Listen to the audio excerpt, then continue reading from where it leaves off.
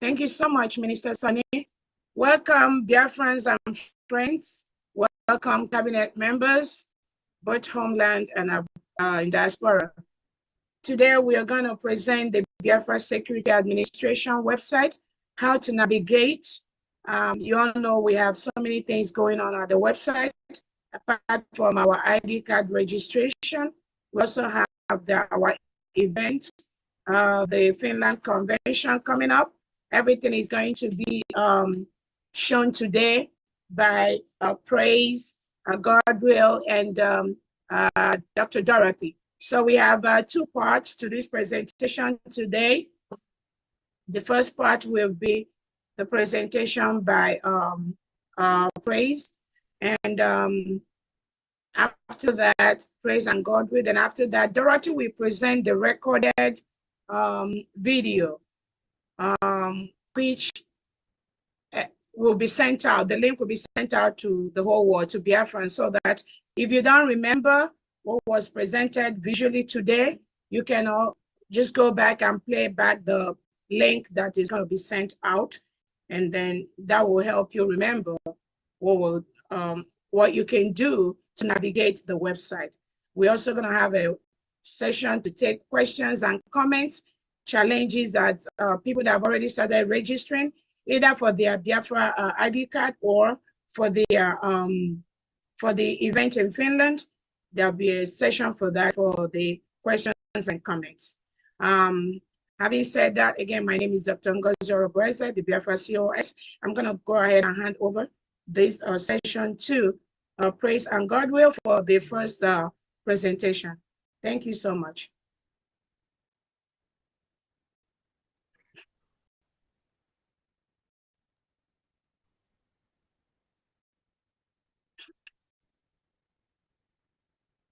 Good evening from here. Please, confirm for me if my voice is loud and clear.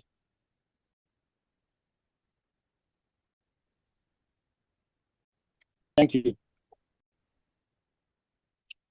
Good evening to everyone. This evening, we are going to do a presentation. It's going to be a short one.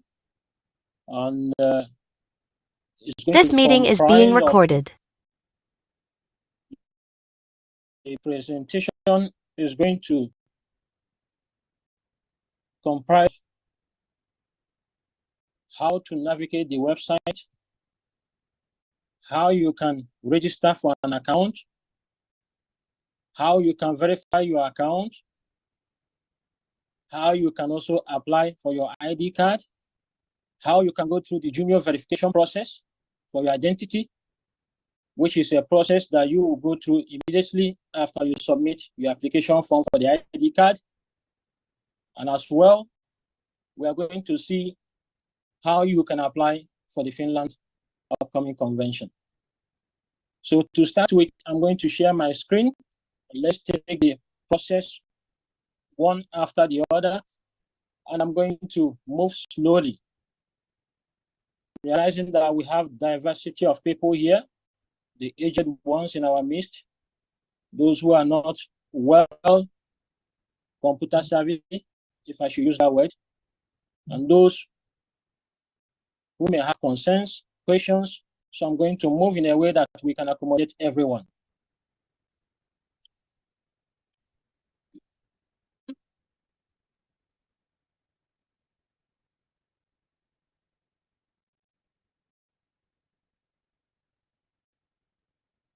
So on the screen is my web browser. Actually, I'm using Chrome web browser. So the link to the Biafra Security Administration website is www.biafrasecurityadministration.org. biafrasecurityadministration.org.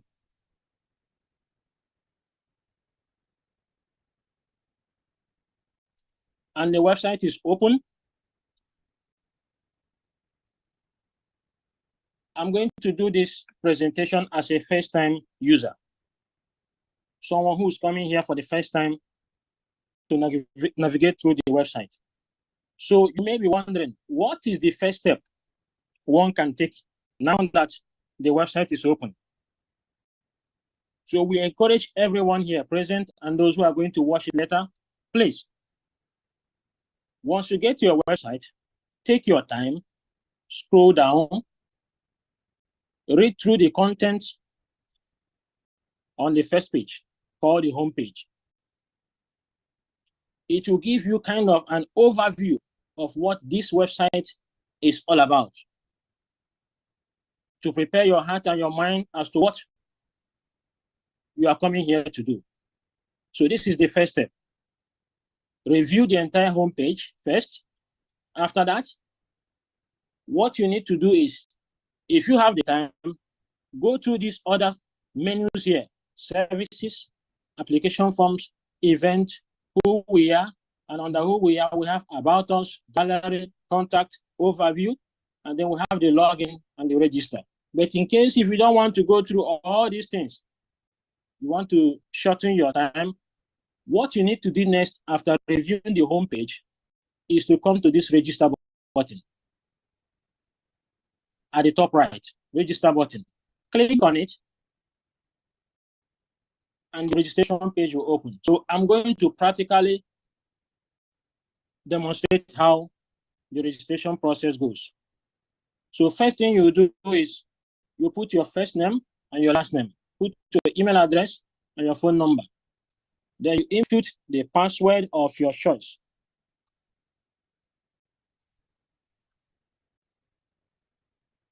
And repeat the password again in the next box.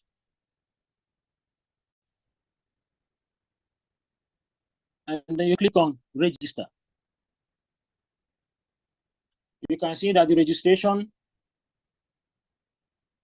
is done. And there's a message here that says, please check your email inbox or spam folder for verification instructions. This is compulsory that you read this. If after creating an account, you do not read this or you do not do what this notification says, it means you will never be able to log into this system. Now, having seen this notification that we should check our email inbox or spam folder, I'm going back to my email. And you can see there, there's a verification email sent to me by Biafra Security Administration, and I'm going to open it. It says, "Dear Press Egu, thank you for registering with Biafra Security Administration.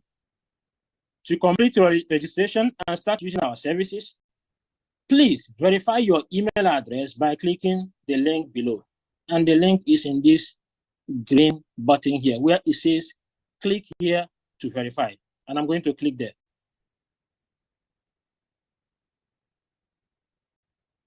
You can see on the screen that my verification is completed. And it says, thank you for creating an account on Biafra Security Administration. So having gotten here, what do I need to do now? There's also a button there that says back to login. Now I'm going to tap on it. It takes me back to the login page. Now I can use my email address and my password, which I used when I created the account, to now log in. And you can see that it's successful. I'm right in my account dashboard, my user account dashboard.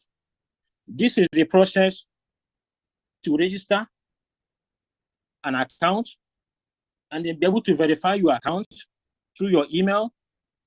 And then you log in and it brings you to your user dashboard. And if you are looking at the screen, you can see that there's a pop-up message here. This pop-up message here, it says, do you want to go to the application forms? I can decide to say yes. I can decide to say no. That is my choice. Your choice will be different from mine. But in case if you are not able to see this thing, there's another way you can access your forms. So you come back here. At the left top corner of your dashboard, under dashboard, you see there's a button there that says apply here. When you click on apply here button, it takes you to the overview page. This overview page, we encourage all of you, please take your time. Do not rush to go to the application form to start. Please take your time, go through all the information here. It's not that too big. In it, you are going to see a whole lot of information that will benefit you. It's going to help you to have a successful application process. Do's and don'ts are there. The type of passport required or not is there. For example, you can see here, Nigerian passport is not acceptable means of identification. So if you do not read these things, you may not be able to know some of these things. And then you'll get stuck when you're doing your application. And when you scroll down, you can see there's a button that says, I have read and agreed to above shown overview and privacy. You have to tap on it to show that you accept it. Remember, you must read all these overview and privacy statement contained in this page. Do not go and click, I have read and agree, so that you can quickly rush to the application page and then start your application. You are going to encounter a lot of issues. Questions will be popping up in your head, which you would like to find answers. Maybe that time you may not get somebody that will respond to you immediately. That's why it's essential that you go through this overview page. It is very important. That's why we are emphasizing it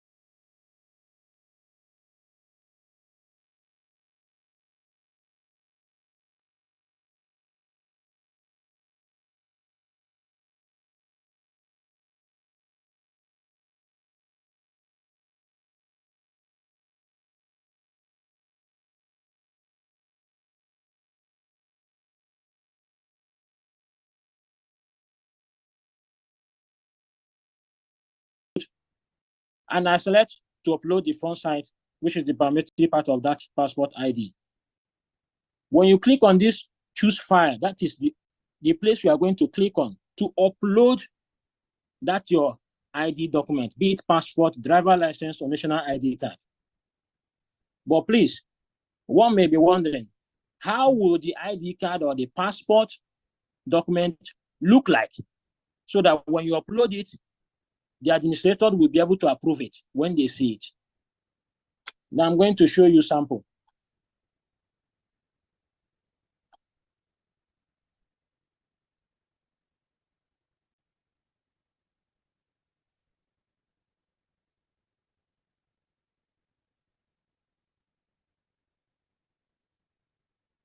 Okay. So as you're looking on the screen, you can see a sample of an ID. This is not a passport ID. And this is not a driver's license. We can call it diplomatic passport, or it could be national identity card, depending on the country where you are applying from. If you have the country's national identity card, please make sure that you have a piece of paper dropped on a table. Take that your ID card or your passport and drop it on top of that white paper, and then take a picture of it with your phone or whatever device you are using. Please, this is very important because you want to maintain a clean, clear database with accurate, clean, clear information, and that includes the documents. So you have to make your document appear very neat so that when administrators are reviewing it, they will be able to say, yes, this is what we want. And once the information is in the database, whatever decision the government want to make tomorrow, they can be able to easily identify your face, the information in your document or your ID card, and then make decisions fast instead of reaching out to you or something else. Now, I'm going to click on the next one. What if you are using a passport? How will it look like? The same way, place your passport wide open. The biometric part should be clearly visible as you are seeing on the screen. This is very important, please. Place your passport, make sure that it is wide open so that every information will be clearly seen. Take a picture of it and use it for your application. As well, you can place it on a table, but that table should be as clear as you can see here. Make sure that it is wide open so that administrators will be able to see it very well. So this is the type of ID or passport copy we would like everyone to upload in the system, not the other way around. Please, let's take note of this. Now, let me go back to the application form. As you scroll down, you see applicant's parent information. Then let me talk about the do you have a spouse section. So if you have a wife or you're a wife and you have a husband, please click yes. If you click yes, the option for you to fill your spouse information will pop up. If no, it will not show, and you can continue with your registration or application. The same thing with do you have children? If you click yes, you will have option to input your children information. This add button here is for you to add extra. In case if you want to add maybe two more children, you can use that add button to add more children there. If you don't have any child, please leave it at no. Now, applicant's parent information. This place, we need your parents' information here. Whether they are in the homeland or not in or outside of the homeland, please ensure that you input their information, your father's information, your mother's information. Do you have siblings? If yes, the option to put your siblings' information will show, as you can see. If not, click no. We will need your homeland information. And this homeland information section is about your next of kin. So we have next of kin 1. The next of kin 1 contact information. If you want to add more, you can click on add more to see next of kin 2 and their contact information. Remember, this is very important. If you like, you can only use 1 next of kin. There's no problem with that. The reason is because if you find yourself in any country and there's an issue, you experience something horrible there, and your ID card is found, we can easily use the ID card information to trace information about you in the database to identify who you are, who your next of kin are, who your family members, who they are, so that we can reach out to them easily to assist. We have the social media handle part. Just put your social media name or username, just your username there.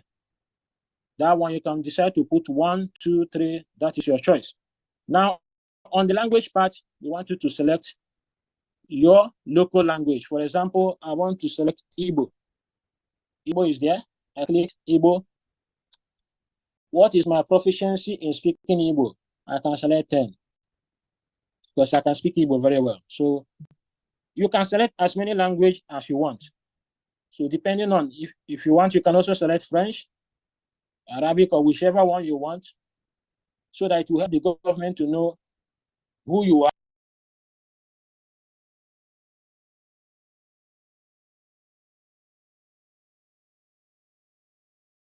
This meeting is being recorded.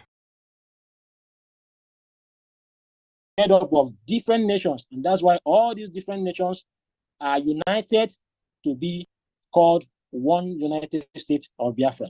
After that, you come to the declaration part. Make sure that you select this, you tick this box. Tick all of them. But make sure you read before you tick. And now coming to the upload passport photograph. This place, we need your picture. We've seen some people who has done application. They use their phone to take selfie and upload. That is very wrong. Or they tell somebody, please snap me a picture and they upload. That is also very wrong. Let's remember, we want to maintain a clean, clear database system. Now, having reached here, one may be wondering, then what type of passport picture should I upload? Let me show you a sample.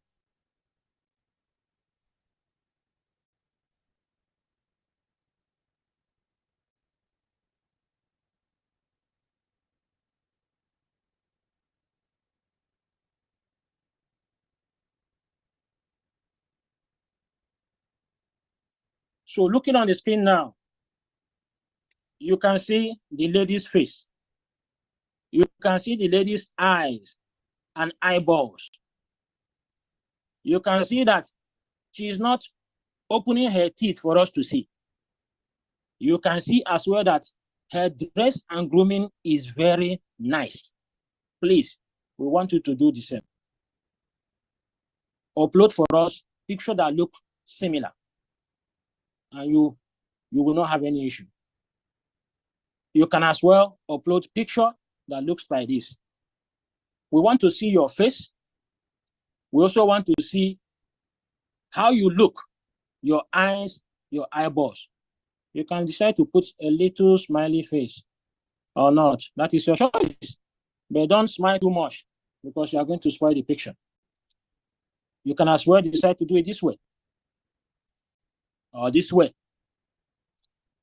or this way.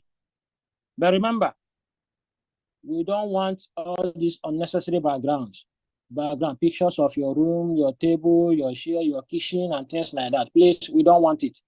If you have a white wall, stay there and take the picture, or give it to somebody to take picture that will be of this size and shape.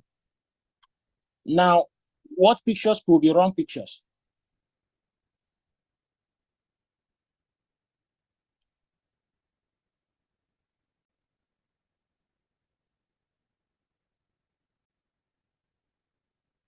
You can see here. this picture is wrong. There's nothing we can do with this kind of picture if you upload this type of picture for us. So take note, we don't need this type of picture being uploaded as your passport photograph. It's very wrong. Look at this one as well. You can see the teeth. Please, we don't want to see your teeth. Look at the eyes. We cannot see the eyeballs. The eye, as you are smiling, your eyes will be closed. So this one is not acceptable kind of passport photograph. Take note. We've shown you the accepted type, and we've now shown you the ones that we do not accept. Please take note of that. Now let me go back to the form. Now, having reached here, you can see after you upload your passport photograph, the correct size and shape, you have the option to sign. What you are seeing here, choose signature type. When you click on it, you have two options. If you are using a mobile phone, it will be easier for you to choose live signature. If you are using a tablet or laptop with screen touch ability, please select the live signature so that you will be able to use your finger or your stylo pen to be able to sign your signature in this box here, this white box here. Another option is for you to upload your signature. So how can you do that? Please, once you get here, you click on upload. You are going to see this option to choose file. But what type of file are you going to choose? This is how you are going to do it. Take a white paper, okay? Take your pen, sign your signature on that white paper. For those who don't know how to sign signature using pen, please take a white paper, clear white, bring ink, place your finger on it, and then use it to stamp on that white paper, and your thumbprint will be there. Thumbprint is accepted as a means of signature. So you can use either your signed signature with pen on a white paper, or you can just use your thumbprint, dip it in an ink, and then dip it back on that piece of paper, and your thumbprints will be on that paper, as we used to do in our primary school days. After that, you are going to click on submit. If you don't want to submit, you can save. But we advise that you click submit. Once you click submit, it's going to take you to the Jumio verification page. Take note. Some people, when they get here and they submit, and it takes them to the Jumio verification page, they close it and go. Please, when you do that, your verification, your application will not be seen by administrators at all. So we can be able to see your application forms that you have filled them and submitted them successfully, unless you go through Jumio verification process. During that process, Jumio is going to verify your face, match it with your ID document type. So when you are filling this form, if you use your driver's license, during Jumio verification, also use the same driver's license. It's very important. Take note of this. If you use your passport document, when you are doing the Jumio verification, please also use the same document, passport ID document for your verification, because Jumio is going to use your face, match it on that ID card, that type of document you uploaded, and then be able to scan them to see if your face matches the face on that passport or on that driver license or on that national ID card. And then it's going to come back to your form at the top here.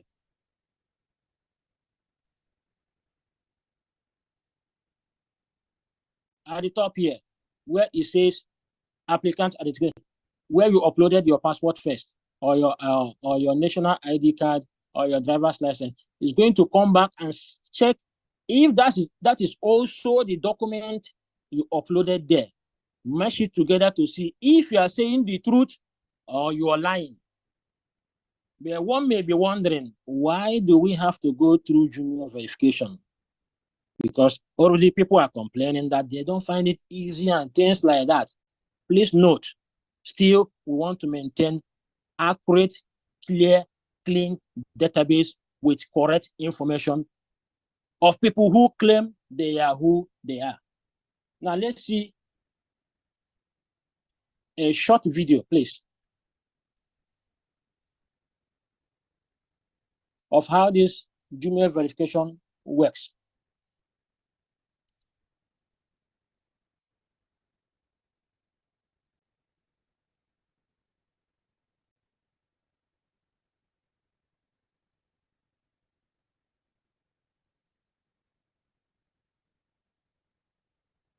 Please, can someone confirm if the video is playing? Can you hear the voice? No, Okay. increase the volume.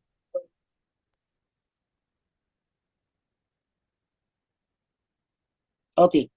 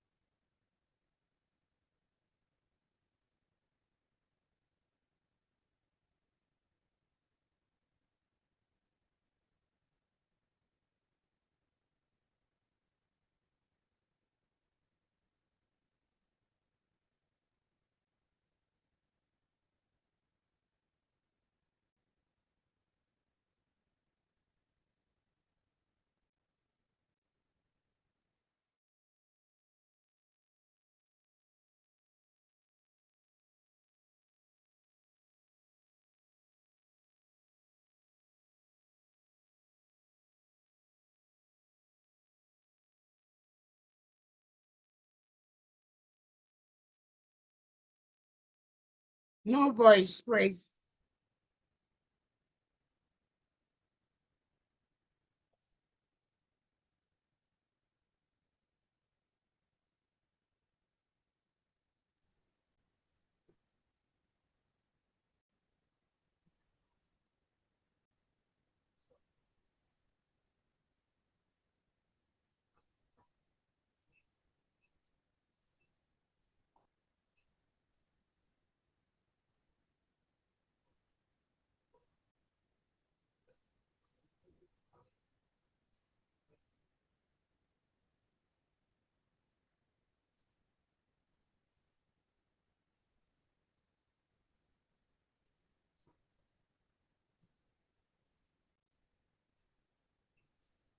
Please, who is writing on this screen? Who is writing on this screen, please?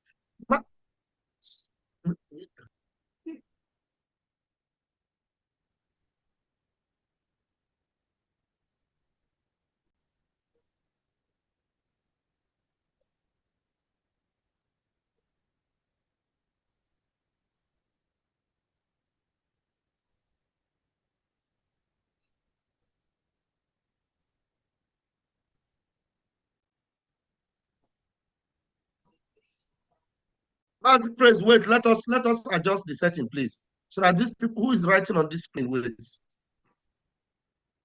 Let's do the setting. So this person writing here, Chineka Bogoku. Rename meeting time. Okay, Master Praise, go ahead and share your screen again. But the volume of the video is not playing, no.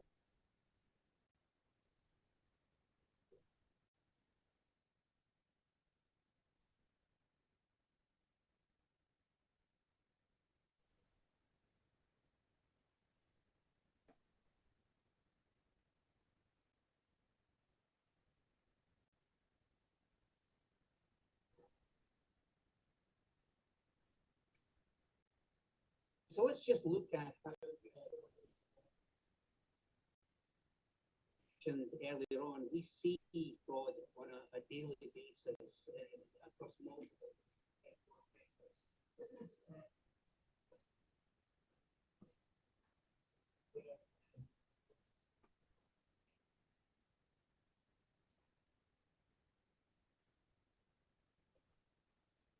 posted and used handwritten characters. An example of a Missouri identification card here, the poster is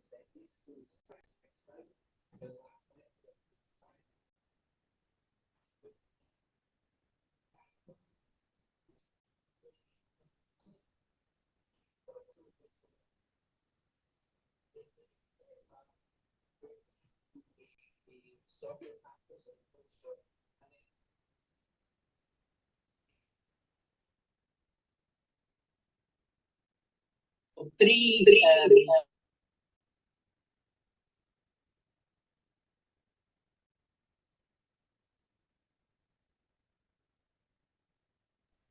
I was told that nobody can hear me. Sorry. Yeah, we didn't hear anything. Sorry about that. I don't know We can just, why I'm having that challenge. Maybe can it was just playing on explain one, it. not playing Happy on the praise. other. Can we play it for you? Can you send me the video on my WhatsApp so that I'll bring it out on Telegram? So I Okay, can play it. send me hi on Telegram. Send me hi on Telegram. Okay, I'll do that immediately.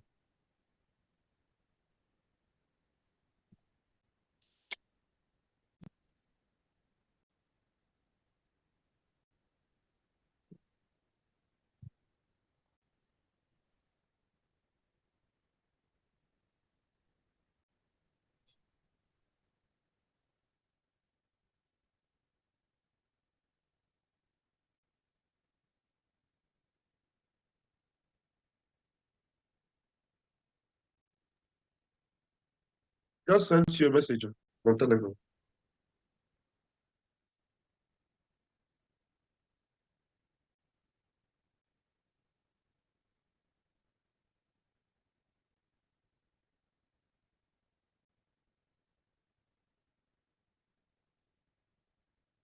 I'm sending the videos in order. So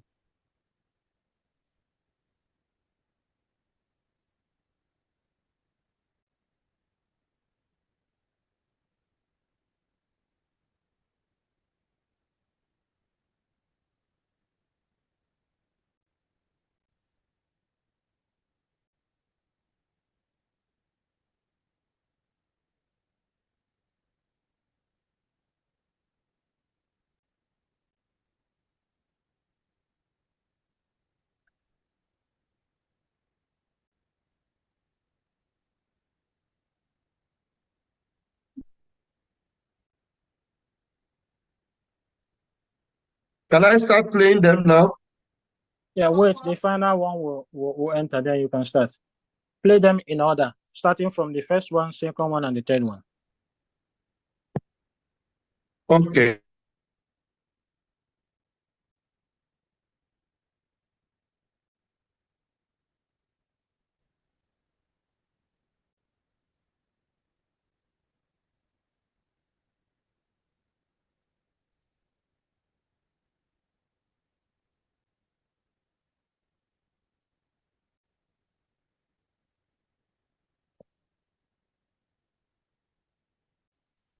Okay, please, you can start.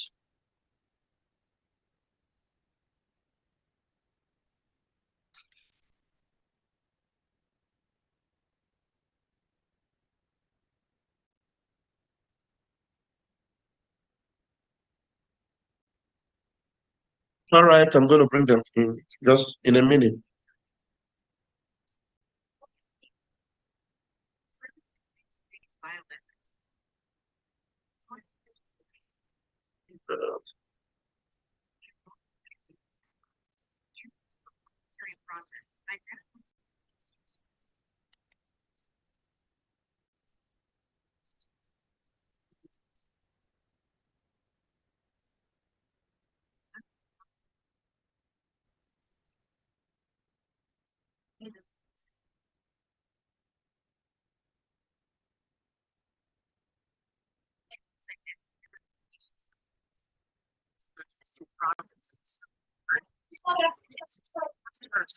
So let's just look at how fraud has evolved over the years. As I mentioned earlier on, we see fraud on a daily basis across multiple fraud vectors. This is a relatively simple set of attacks. This is where the fraudster superimposes text. On the left-hand side, you can see an example of where the fraudster has taken a post-it and used handwritten characters.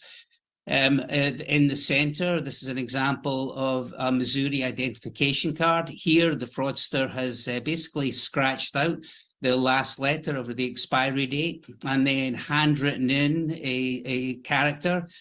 And then lastly, slightly more sophisticated fraud. This is digital manipulation. This is where the identity card has been imported to a software package like Photoshop. And then the last numeral, in this particular case, the number 2 has been inserted onto the document. So 3 increasing levels of superimposed text fraud attacks.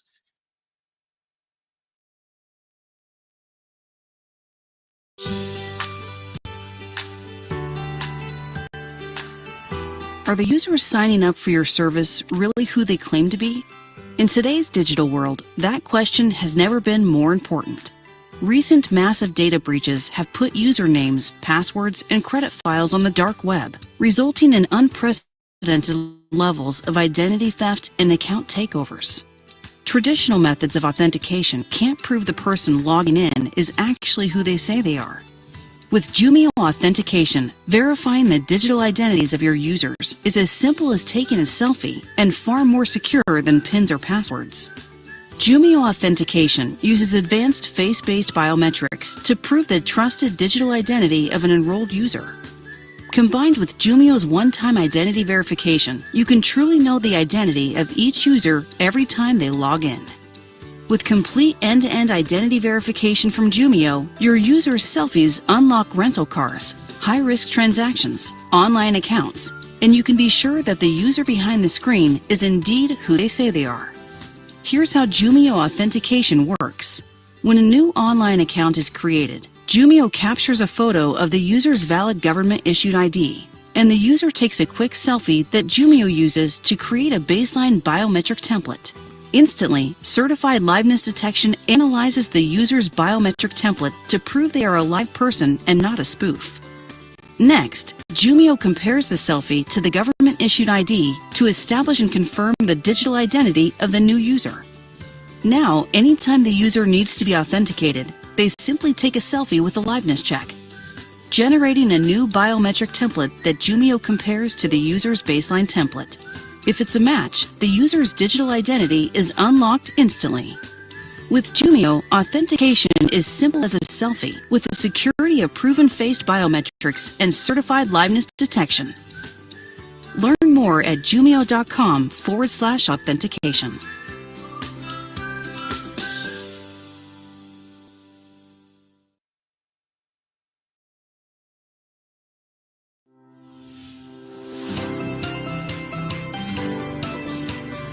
In a world of cyber criminals and data breaches, can you be sure your customer's digital identity matches their real-world identity? Jumio's identity verification solutions are trusted to ensure the person pictured in the ID and the person holding the ID are the same. Driven by face-based biometrics, compliant machine learning, and artificial intelligence, and backed by identity experts, Jumio's proprietary process identifies good customers faster with 3 layers of identity verification security, deters fraudsters and detects fraudulent activity in near real time, transforms customer not present transactions into identity present transactions, and delivers a state-of-the-art user experience highlighted by selfies. Jumio's identity verification solutions plug right into your existing process to deliver a quick, easy, and secure customer experience across devices via web and mobile SDKs, hosted web app, and APIs. Here's how it works. Your customer scans their ID, and Jumio confirms it is authentic and valid. They then snap a selfie to prove they are the same person shown on the ID photo. Jumio's face-based biometrics and advanced liveness detection ensure the person holding the ID is physically present during the transaction. Jumio is trusted by leading brands across industries for new user onboarding, high-risk transactions, KBA replacement, and GDPR, CCPA, KYC, and AML compliance. Find out how Jumio can help you establish trust and achieve real-time identity verification online. Visit Jumio.com to learn more.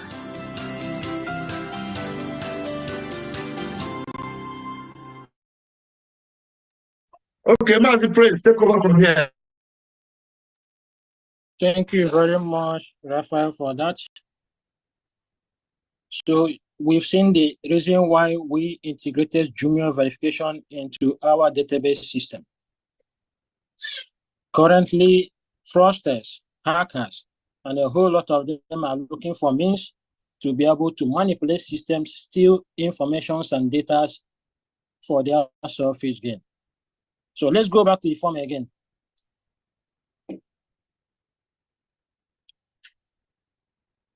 So once you get here and you click on submit,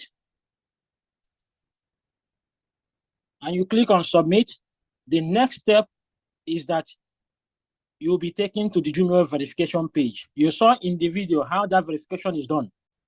So let's take note of that. Remember, it is a must for all of the ID card application forms. Once you get there and you're applying and it requests that you go through Jumio verification, please do not close it and say you come back next time.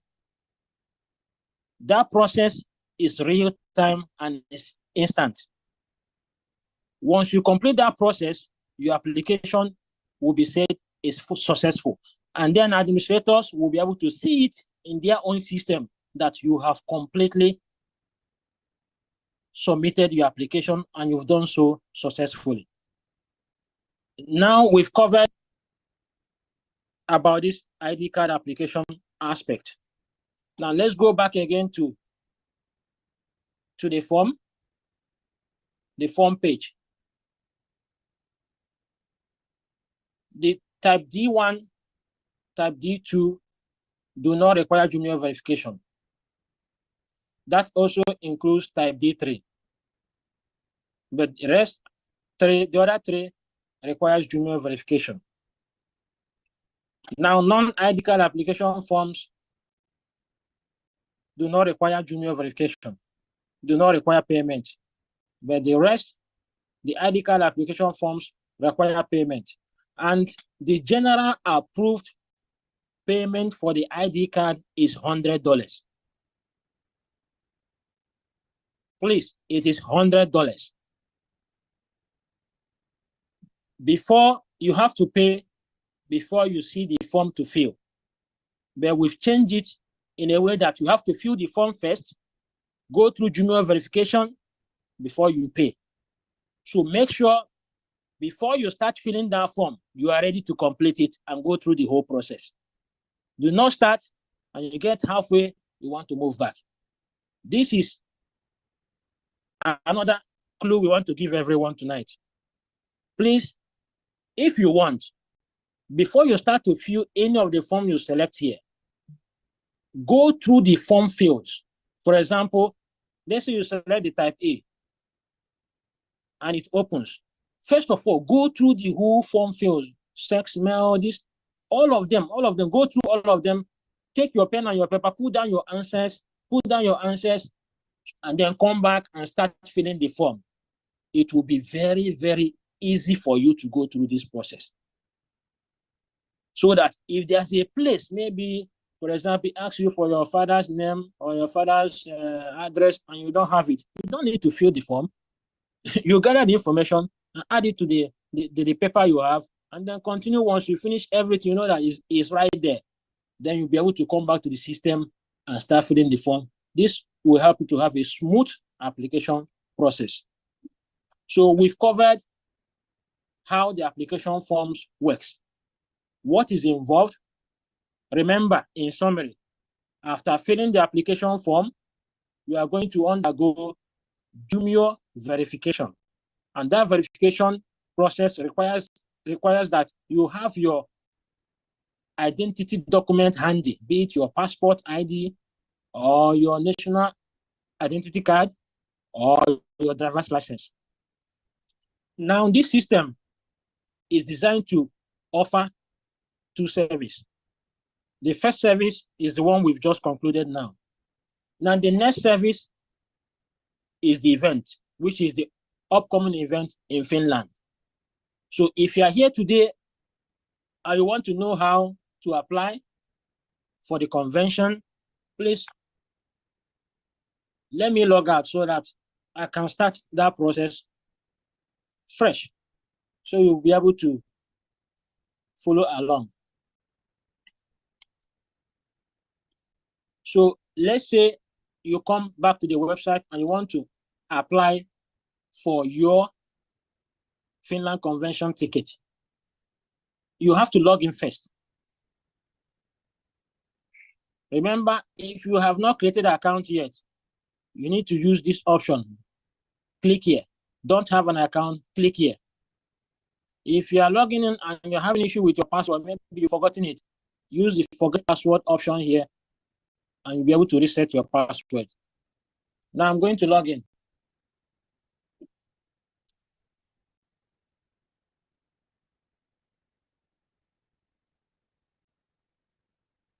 The step I'm taking now is for the convention, to register for the convention. So I'm going to click to go back to the home page since I'm now logged in. And you can see there's an event button at the top here on the menu. Click on that event. It will open the event page. You can see here, this is the place you can click to see information about the Finland upcoming convention. So I'm going to click on it. It will open this way. And here you see 2024 Declaration of the Restoration of Independent State of Biafra. Event ticket, $300. Shared hotel booking, $160.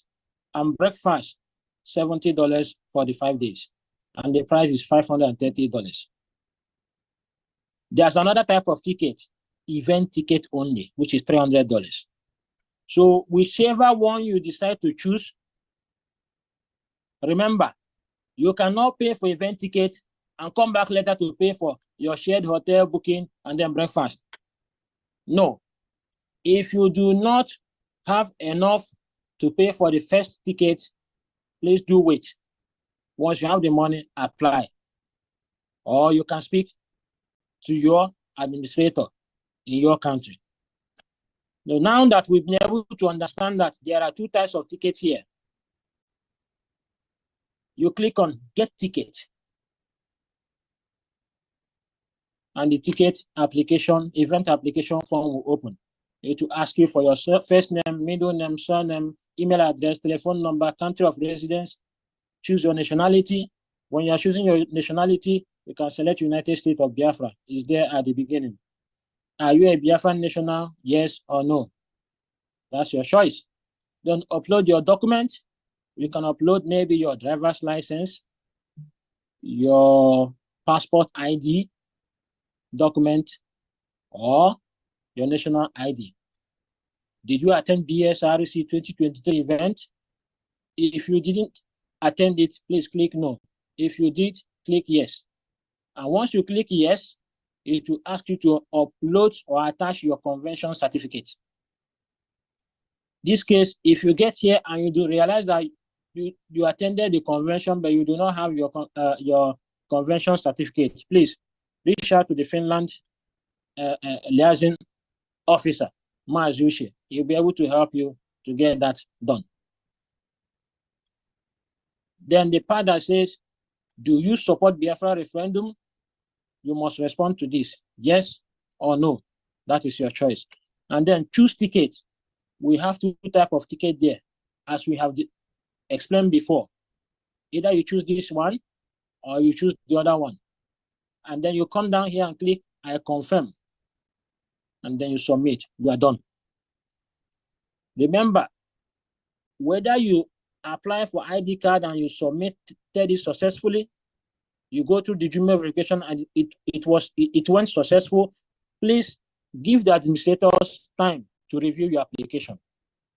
Do not come back later after 1 hour or 20 minutes later or 24 hours to be asking what is the status of your application.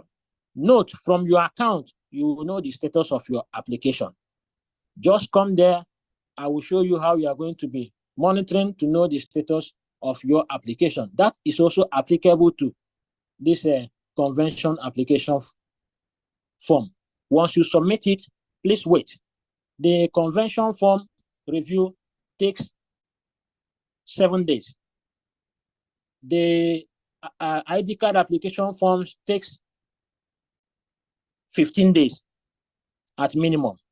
So give the administrators time to review all these applications, both the one for the convention and then the one for the ID cards. Once they make decision on your application, you will see it in your account. And how will you see it in your account? For example, let's say you log in and you want to check the status of your submitted application form for ID card. You see here, total registration form submitted. If I apply right now here, it will say 1. If it's pending, it will say 1. If the total registration form accepted by administrators, if they accept that one, it comes here and say 1. If you complete your form registration successfully, it will come here and say 1. If you do not see this number 0 change to 1, know that your ID card application has not been successfully done right by you, the user. If the form is rejected, you will see it here, 1. Now, when you apply for a ticket for the convention, once you submit, it will come here, total ticket, 1. Now, let's say you apply for a ticket, you come here, you want to check the status of your ticket. Click on purchased ticket option here at the top left side of your admin account or your user account dashboard. You click on purchase ticket, this place will open.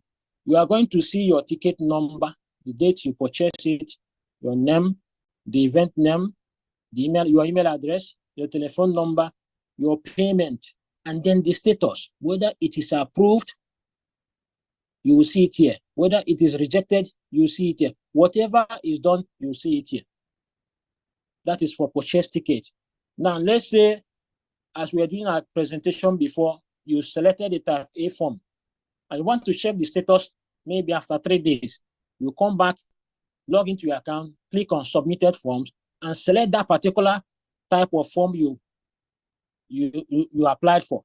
Tap on it. It will also open like this. You see your number, sex, date, name, email, and then the status of that ID card application form will be here. If it's reviewed, you will see. If it's pending, you will see. If it's approved, you will see. So you don't need to be calling or be in panic as to whether you have done this, whether the application has not been. Whatever action is taken by the administrators, you see it under this status button. It will be recorded here. So this is all about the ID card application process, the database registration process, and then the Finland Convention application process. So we've seen also that there's going to be Jumio verification if you're applying for ID cards. Make sure that you go through that Jumio verification process. It's very important. If you do not go through it, remember, administrators will not see your application. You will be seeing it pending, but we will not see it as pending. We will not even see anything until it is completed. Your application process is completed. You fill the form successfully and completely with accurate information. You go through the Jumio verification successfully, and you pay for your ID card. Then will administrators see that you have gone through the entire process, and they will have your information there at their disposal. So this is all about our presentation here this night. I don't know. I'm going to end it here now. If there's any question based on what I've presented, please feel free to ask. Back to you, Ashi, for start.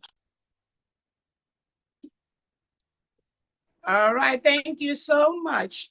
So that was a very good one. Thank you so much. That was too much.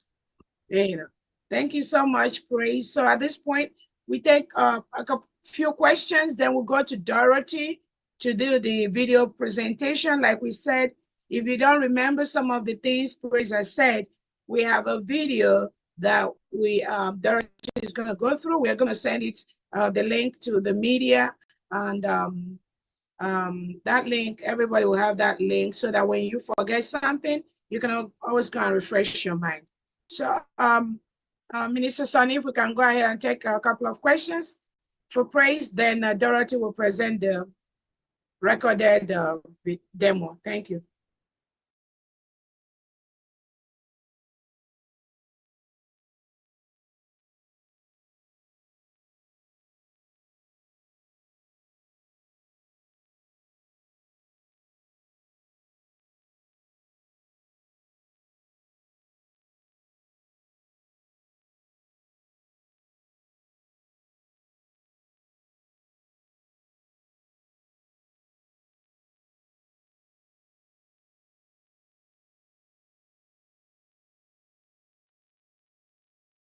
Good evening, everybody. That was awesome presentation. I just have 2 questions. My first question is on the hotel side, there's no choice of a single room for those who want to pay for single room, not the shared room. My second question is on the form, for those whose parents are already dead, there's no indication to say alive or dead. So we have to indicate that because some of our parents are already gone to heaven. And my third question is, when it gets to Jumio, I think Jumio, there's a struggle there. It doesn't give you enough time to place your phone on your face. As soon as you raise it up, it's taking the picture already. So your face is not on the circle that your full face should be. So that's the problem. It's so quick to go, and people are struggling because it's not capturing the face. And if it doesn't capture the face, it will match it with your identity presentations. So those are my 3 areas that needs looking into. Thank you. Okay, so Praise, go ahead. So on the Jumio aspect, please, when it's time for you to go through the Jumio verification, please pay attention on what the system is telling you on the screen. If you don't pay attention and you want to do your own thing, you will continue to fail the process. So this is how it goes. When you place the camera on your face, and it tells you to push it back or take your face back. That's why it's good to pay attention on the screen when you begin this process, because it's going to keep giving you instruction. Sometimes to tell you, turn your face left, turn it right, and it will be capturing, scanning, capturing, scanning at the same time. Back, back, back, back, back, back, back. The reason why it's doing that is to find out whether you, the user, are you a real person alive? Because while you are doing that, you are blinking your eye, it's capturing. You are turning your face, it's also capturing. So it's going to tell you, turn your face left, turn it right. Don't say, oh, why should I be turning my left? Please follow the instruction. We've gone through this process. That's not my question. My question is, it's not giving you enough time to put the camera on your face for your face to be on the cycle. So I've used Jumio before. It's not my first time. That's the problem I'm having, and it's a real problem for me. It doesn't allow me to put my face, and it's not capturing my face completely. I follow the rule, but it's not capturing. That's the problem I've been having. So what you are going to do before you click start verification, make sure that the camera is already facing you. Okay, we have tested this system ourselves. I also have their app in my phone. I've tested it myself. I've done this verification process myself. It was successful. Others has done it their own. It was successful. So as for the time, we know that it's going to tell you, turn your face left or right or things like that. Usually facial verification is not that fast to say that it has a timeout until you position your face the way the system asks you to do, or you do it exactly. If not, once it gets to that timeout, you have to start afresh again. And remember, we are not in control of that system, so we cannot make any changes. That's how it works. And also it's part of the security features they have in their system, so that if you are doing it, you do it fast and then move on. Now, coming to the ticket for the convention, we were given two options, two types of ticket, and that's what you are seeing there. Either you go for the first one, $530, or you go for only the ticket. If you are going for the ticket, it means you are going to make your own arrangement for your breakfast, for your hotel booking and things like that. So that's just what I have to say on that. If Chief of Staff has something to say again, that will be fine. Yeah, I think you're absolutely correct. The two options are there. So everyone just choose the option that works for you. Hopefully in the next couple of weeks, we may have the link for the individual hotels that will be used for the event. So we are waiting for that. But for now, those two options are there. Thank you.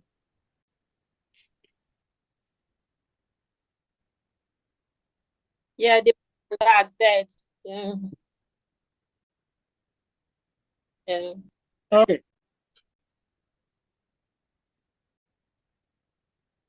Okay, so in that, on that aspect, that's how we are giving the information to, implement it.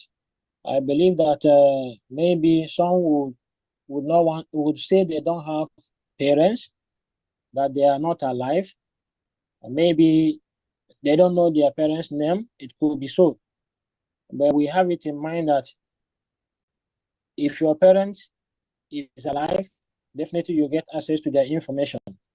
If they are not alive, definitely there's somebody you can get information about them from your community.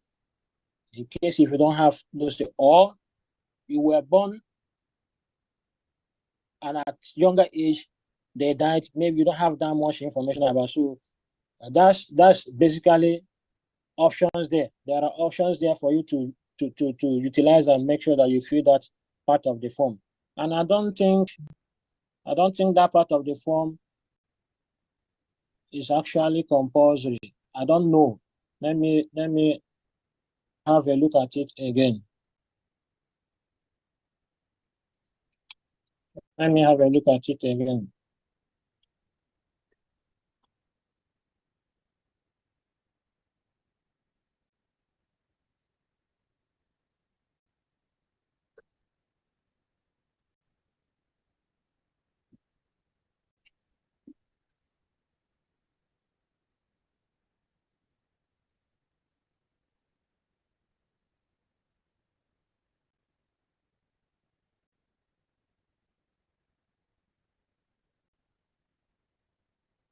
Yeah.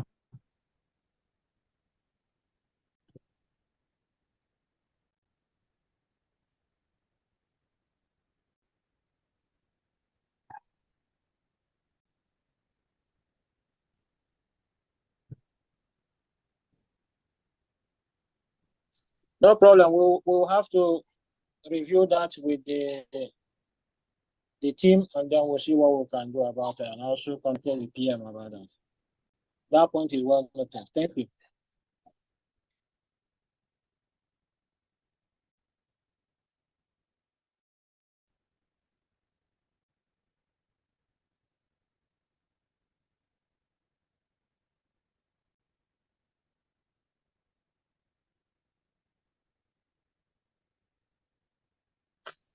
Hello, everyone. Hello, good evening. I greet all of you. I greet everyone. I thank you for immense job you are doing. Please, I have only one question. Is there any limited time for application of Biafra identity card? And again, how to pay it? Thank you so much. Okay, I don't know if my question is understood. Yeah, that's okay. But I want to get more clearer on your first question. You say how long? Do you mean how long? Yeah. Is there the exercise will end? time for the application for Biafrans ID card? How There's no long? Yeah, Is there's no there expiry. expiration date? There's no expiry date, Praise, I think she's asking about the ID card, which is going to involve the Jumio verification, which we have the expiration, I think, around August to cover the 15,000. I think that's what she's asking. Yeah, okay. That's my question. Oh, okay, so we have a limited time to utilize the Jumio verification system and process.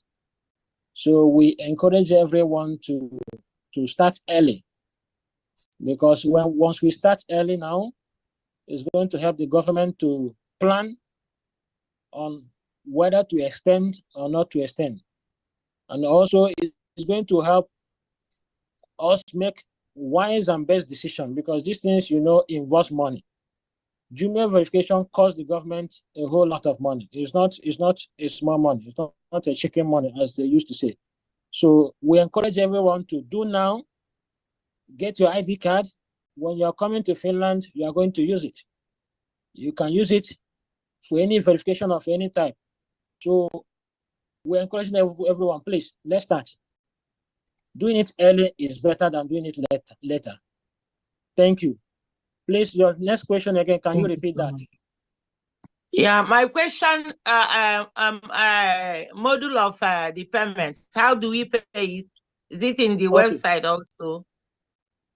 Yeah, so when it's 100 euro, as I had here, it's 100 euro. $100.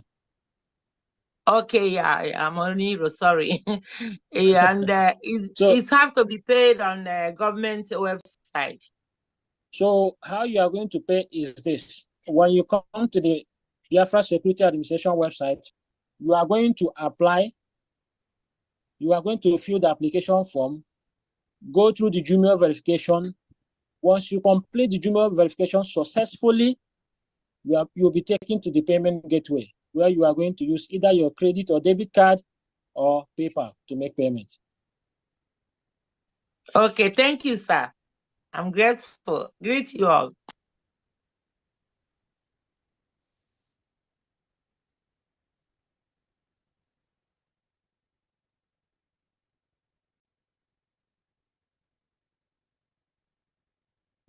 Thank you very much. Thank you. That's Minister Press, for a job well done. My question is very short and direct from people's preference concern, and it is so: is it possible to pay for somebody who don't have access or of a MasterCard, because so many people may not have the possibility to pay for this through a MasterCard? Is there an option where somebody can pay for somebody and then get him covered or directed the payments to his name, so that it will be easier? That's just my question for now. So if I understand you correctly, you are asking, can someone pay in cash, or because already we have the system in place to make payment online? That is it. Like those who don't have MasterCards, and the payments requires payments in MasterCards, because there are people who don't have MasterCards. How can these people submit their applications when somebody paid for them? Is there an option to add their names directly in this payment so that they will be covered and be to assess their applications?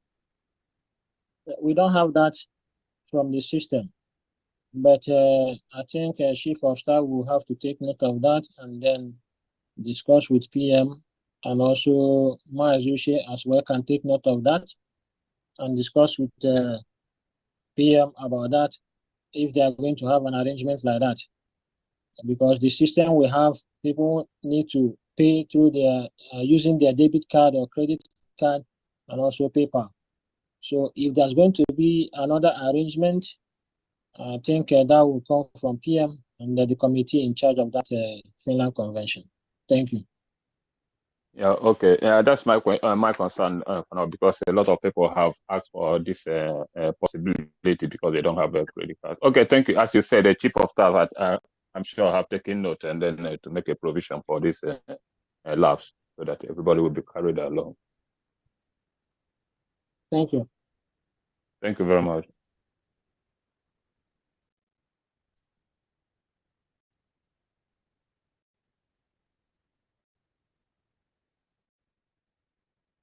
Good evening, my ministers. I greet all of you. Can you hear me? We can hear you. Okay. Greetings, everybody. Please, my question is, those of us, those days when our parents were living in the north, we were born, like myself, I was born in Kaduna, of which I don't even know the area. Is it, and coming to the form, and we only have United States of Biafra. So in that case, how am I gonna do it? Because in my British passport, I have Kaduna. So how am I gonna state it? Thank you. So you were born in Kaduna, right? Yes. Your parents, where are they from? They are full Biafrans, yes. From where? From where in Biafra territory? From Imo State. Good. So you can feel free to identify as coming from there. Definitely, Okay, you are a Biafran, so you have the right to also do same. Okay, thank because you. All those because all those who their parents are Biafran and they live in Europe, they are going to select Biafra as their homeland. So it applies to them as well. Thank you so much. And another one is my late parents, according to they say the siblings of my parents. I remember my dad, no siblings. He was the only one. That's why he had so many children anyway. So in that case, there's nothing like zero. It's only rated from 1 to 100. So what will I do? So I don't know if you can frame that your question well so that I can understand it more clearly. What I mean, my father, there's a question where they say, does your father have or parents? Siblings. Yeah, siblings. Just write on your dad. Okay, because there's no space for me to write it. It's only, have to scroll and take one. So do you know the number of siblings your father had? No, he was the only one his mother had. Okay. I got that point. So I think that part, is it compulsory? Is it mandatory? I don't. Okay, Brother Praise, sorry, she has to just write her dad, since her dad doesn't have any siblings. Thank you. Okay, thank you. I understand that part of the form has numbers. Am I right? Yes. Yeah. I think we have to do something there. Thank you for that question. Thank you. Okay, thank you. Thank you so much for your good work. Thank you.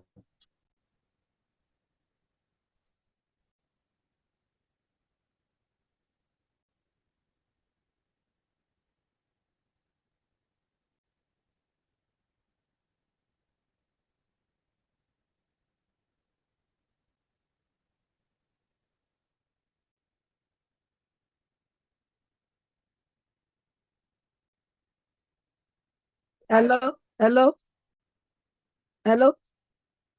Oh, okay. Thank you, Maria Barawa. Good evening, everybody. Good evening, all. Thank you for your good work. Just few questions for me. I don't know if you were supposed to register for the ID card before registering for the Finland, and I registered for the Finland yesterday, and it went through straight away, and I got my receipt, but I did not register for my ID card. So the ID card, where I want to ask, they said if you have kids, you can put in your kids, but when you put in your kids and I don't want to register them yet because you have to pay, can I just put the number of kids and go ahead to just register myself alone so that I can come to the Finland? And if you don't register with that, can you still come to Finland without the ID card, or is the ID card is like a gateway for you to come into the arena? Those are the two questions I have. Thank you. So if you want to get your ID card, it's your choice. Yeah. If you want to get your Finland convention ticket, it's also your choice. So that one is left for you to decide which one you want to go for first or which one you want to go for second. I have already gone for the Finland one, but is it compulsory for me to go with the Biafra ID card? Must I come with that, or can I come with my passport? It would be a great joy to see Biafrans coming with their ID card. And when it's time for them to raise it up, it will be nice that they raise it up as an indication of our accomplishment we've achieved this year. So it's left for you to decide if you want to be part of those who will experience that joyful day, raising their ID card or not. Also, we would like to let you know that it's not a must that you get your ID card, but it comes with benefit. Okay. It really comes with benefit, and very soon Biafrans are going to see the benefit. Okay, and there is a deadline on that, right? That's what? There is a deadline on that one to get it done. Yes, because we are working with a company that verifies people's identity. So we want to ensure that we capture everybody's information, be able to make use of that Jumio verification process before the expiry date. So that's the reason why we're encouraging everyone, please go through that process. How many payment slip do you have to upload on it? Like I do my payment, but how many do you have to upload? Just 1, 2? So it depends on how many you have and if you are willing to provide all of them. But we would like you to provide from now to the past 3 months. So if you can be able to gather from that current date or day to the past 3 months, that will be fine. Remember, let me quickly show this thing.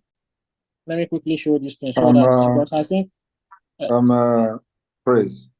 Okay. Yes, just hold on, please. Okay. Yeah, the issue of uploading this receipt is probably one of the difficulties that our people are going to have.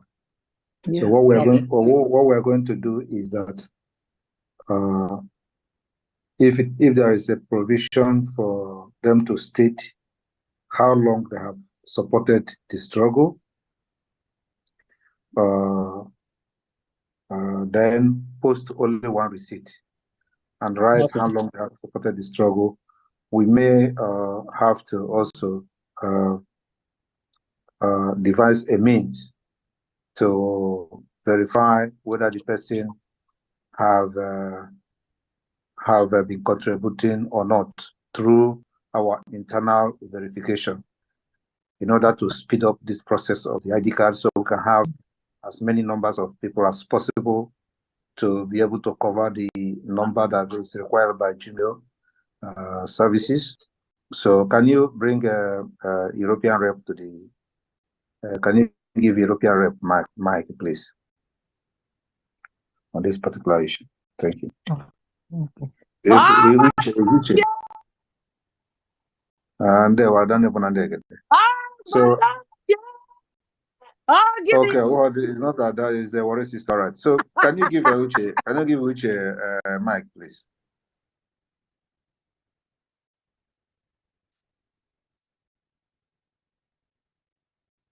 Yes, good evening, Prime Minister, good evening, cabinet members, and good evening, Biafrans.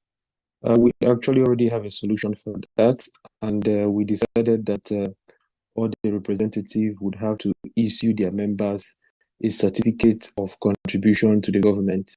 So they will just state for the period of contribution and state their details.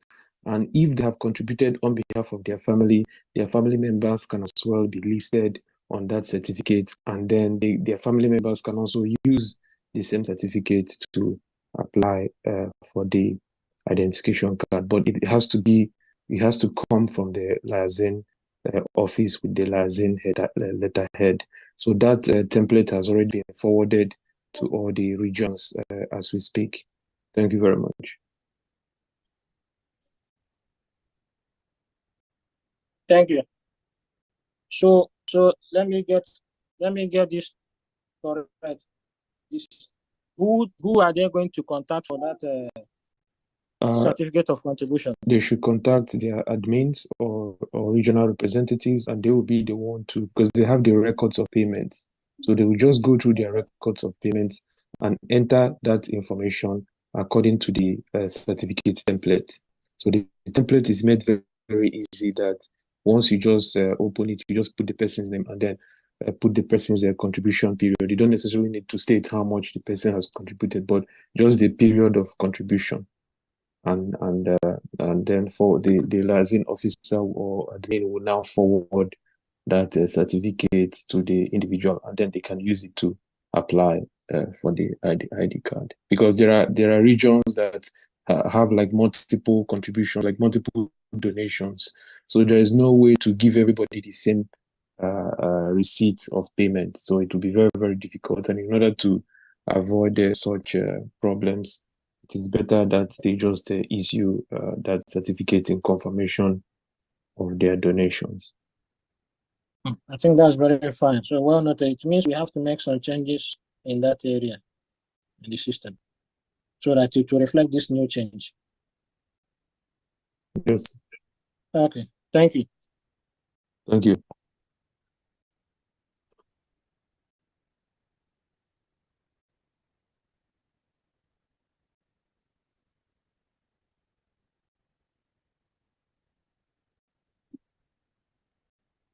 For those that have not, that for individual donors, simply use the last 3 months. Was it last 3 months or last 6 months of your donations?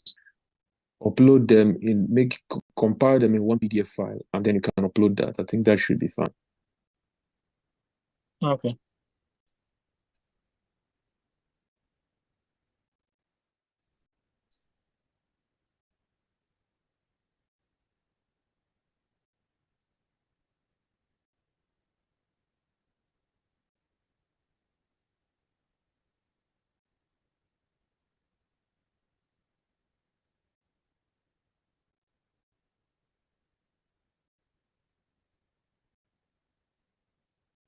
Minister Sani, Minister Sani, 1 second before you proceed. In respect to our sister's last question, I just want to inform everybody that while you're registering for your Finland event, it's very, very important you get your ID between now and May. Between March, April, May, in the next 2 months, complete your ID card. There's a couple of programs we have in Finland.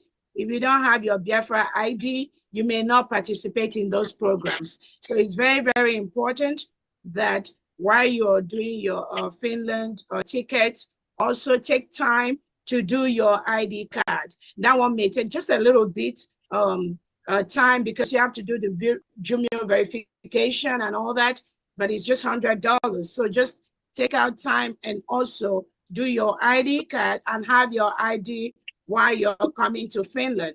couple of programs in Finland. If you don't have that Biafra ID, you may not be part of that program. Thank you. I just want to let everybody know that too. Go ahead, Sonny. Hello, can you hear me? Yeah, okay.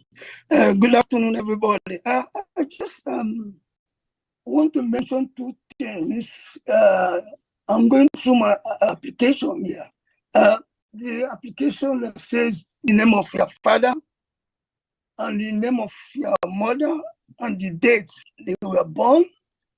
My father died a long time ago, and I don't even know the date he was born.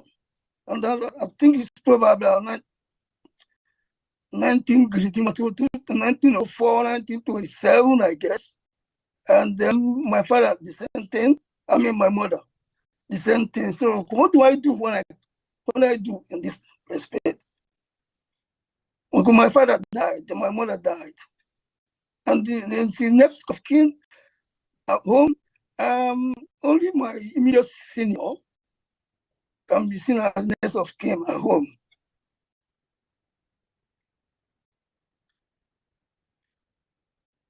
Thank you very much. We've received a report on that aspect of father and mother information part. So we're going to quickly review that part tomorrow, and then we're going to come to a conclusion. So we're going to have that review with PM and the committee so that we can see if there should be some changes or what needs to be omitted from that part. So please expect that.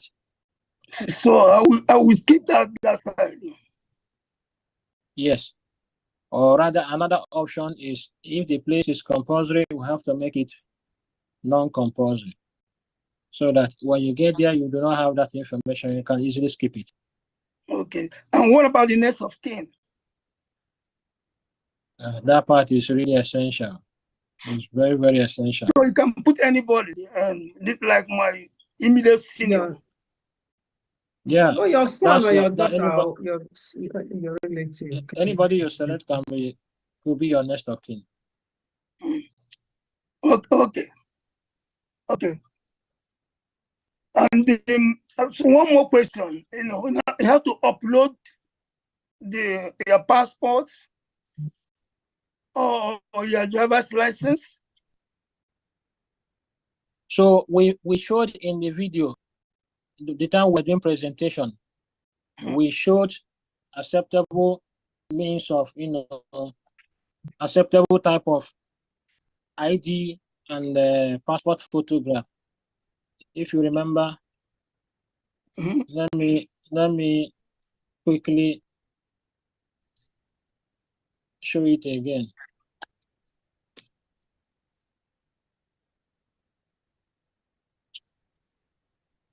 So if you are seeing on the screen, if you are using ID card, national ID card, place it on a white piece of paper. Then use your phone to take a picture of the front page and the back, the front and the back of that national ID card or driver's license. Okay? So that it will be clearly shown as you are seeing on the screen right now. If you are also using a passport document, make sure that it is wide open, like the sample you are seeing on the screen. Then you take picture of the biometric page. That's if you are using your passport ID. You can upload it onto the system. Place the passport document wide open on a white piece of paper before you take, or a clear space with nothing to distract or deviate on the side of the document. As you can see, there's nothing, no date around, nothing is showing, only the passport document is showing here. When you take the picture, it's going to look similar like this. So when you are doing your own, open it wide, place it on a maybe A4 sheet of paper, place it on it, and use your phone camera to capture it and upload. Thank you. Yes, All right. I will. Yeah, thank you. I would like to address, there was a question that was raised earlier as to those who are not able to pay with bank cards. So this is where your license offices will play a big role. And I encourage every region to please support the government to open license offices in your region.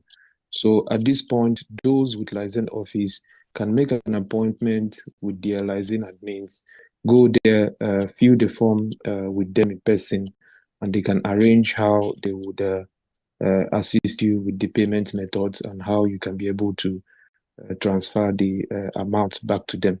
So this would be a temporary option until we find a permanent process for those who do not have access to an online payment. So please, it is very, very important. If your license office is not yet active, you can contact your admin as well and visit the person in arrange a time and visit in person so that the person can assist you in filling the forms and then making the payment. Thank you very much.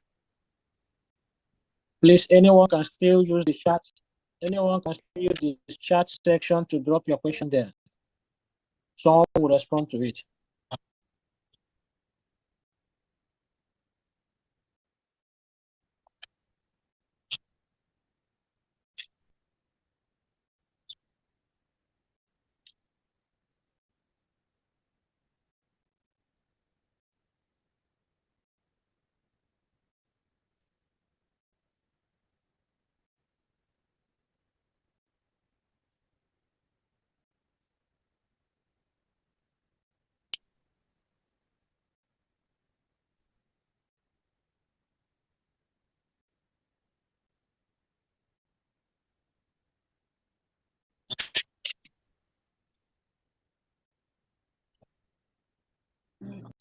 Thank you very much.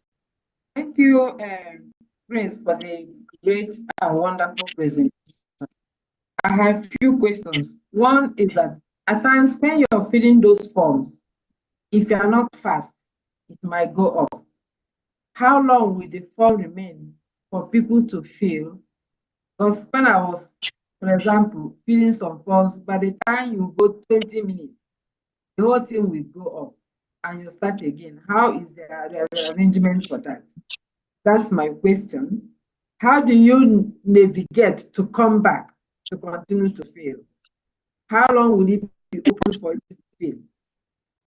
Then the second question is, how do we get the card? Is there any place in the form where you can fill your where you are and where the card will be sent to you after it is printed? I didn't hear that when you were presenting. And then still on the use of ID card, because each person is supposed to open an account with his or her own email. So if you are helping somebody, how do you negotiate that? Thank you. So if you are helping somebody, help the person create Gmail if they don't have one, and then help them to fill the form. I think that's the simple solution. Using the same Visa card. Yeah, when you get to the place to pay with the card. You can pay with your own card for the person. Okay. But let the person create their own account. When it's time to make payment, pay for them. So which means you cannot do it for somebody who is not close to you, where you are. I think if you know the person, you cannot use your card to pay for somebody you don't know. So definitely somebody you know. So if the person decides you know the person and trust the person share their login information with you, you can make the pay. But we encourage the person to be with you while they are going through that process. So whoever you are going to help, let the person sit beside you. Two of you will go through it together. When it gets to the time to make payments, make the payment on his or her behalf. That's the best way. I think that part is answered. Please, your next question, please.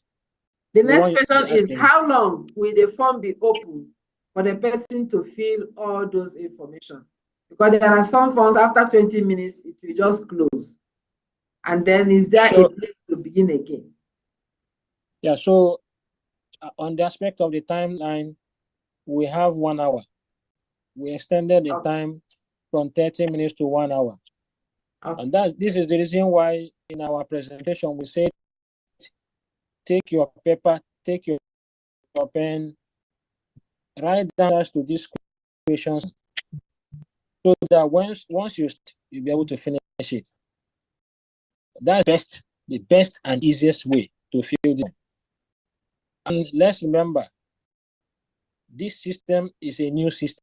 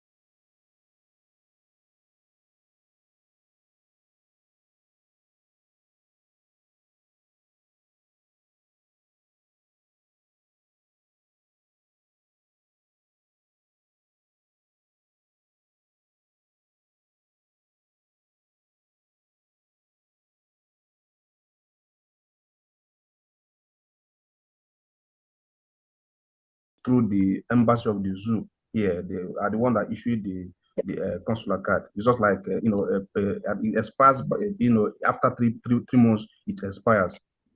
So anything issued by Nigeria is not acceptable, including the consular card and the passport or the ID. That's the case. That's why it prompted me to ask, because that's the only option we have here.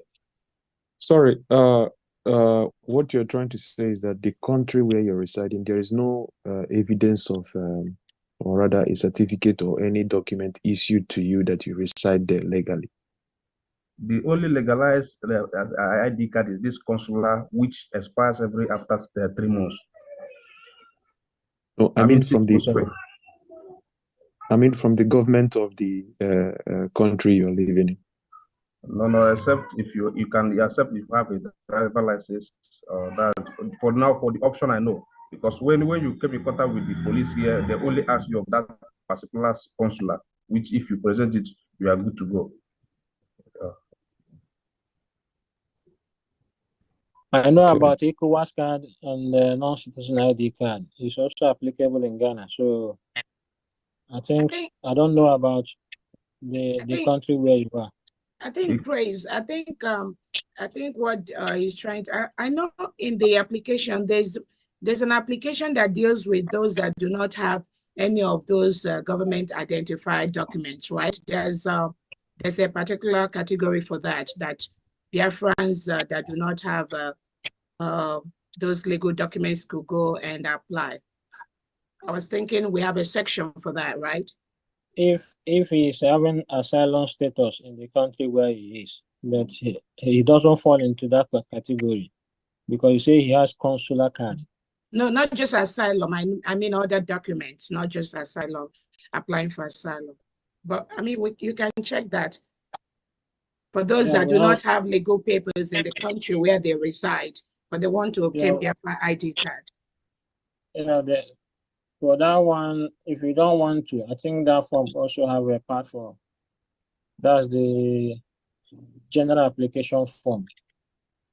But I don't know if he's asking for the sake of getting ID card or just to register with the government in the database. If it's to register with the government in the database, that's type D5 form is for him. Yeah, like can you hear me, sir? Like me now asking, I am the admin here, and I think I'm kind of meeting up to the special status. So that's why it's essential that I get this information down to know where I actually know, or the process where I can obtain my own ID card. So that is it, sir. Yeah, so for that special status ID card is requesting for that means of identity. Okay, so it's requesting for that. Okay, that means obtaining for the special status now is not necessary, right? So if you have your national ID card, passport, or driving license, fine. But remember, if it's something issued by Nigerian government, it's not accepted. That's just the direct answer for this special status application, please. Another option for you is that you could visit the police, since you said they have checked your legal status and they authorize you to go. So you can go back there and request that they issue you a kind of a document stating that you reside there illegally that will have your picture. So that can also be put into consideration for as long as it comes from that country in question. But if we do not have any proof that you reside there, then the system has been built in a way that it will not recognize anyone, that their identity cannot be verified, unfortunately. Okay, because that means that they will, if it's possible, they will give you a paper, not like an ID card that can.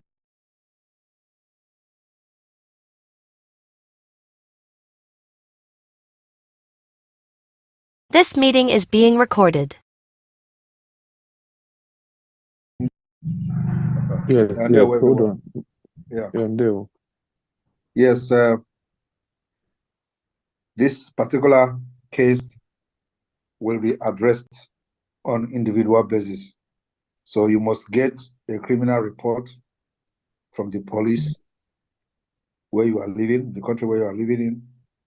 So you go there and request that you need a police report that will have your details showing that you are law-abiding citizen in that country or law-abiding residence, and you are crime-free. On that basis, you will be manually verified. Thank you. Okay. All right. Thank you, sir. So,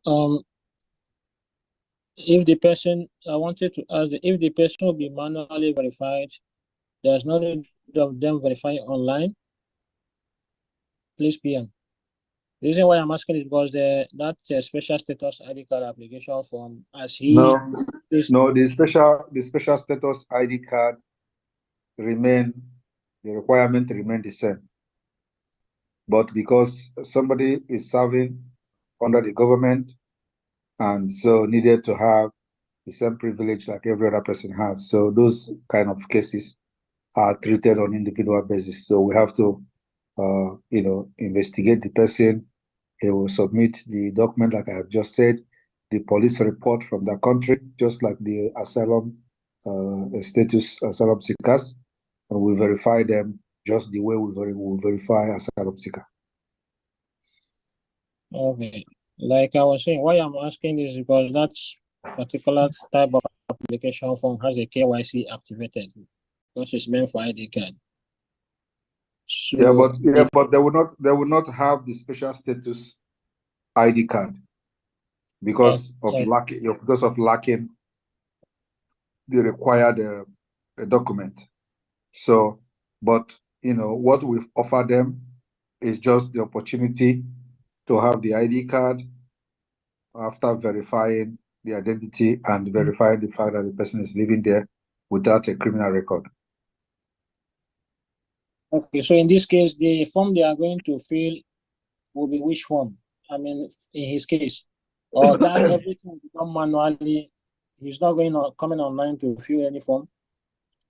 No, he will fill form online, just like the asylum, because he said that because he's not an asylum seeker, so he will fill the same category of form that asylum seekers are filling.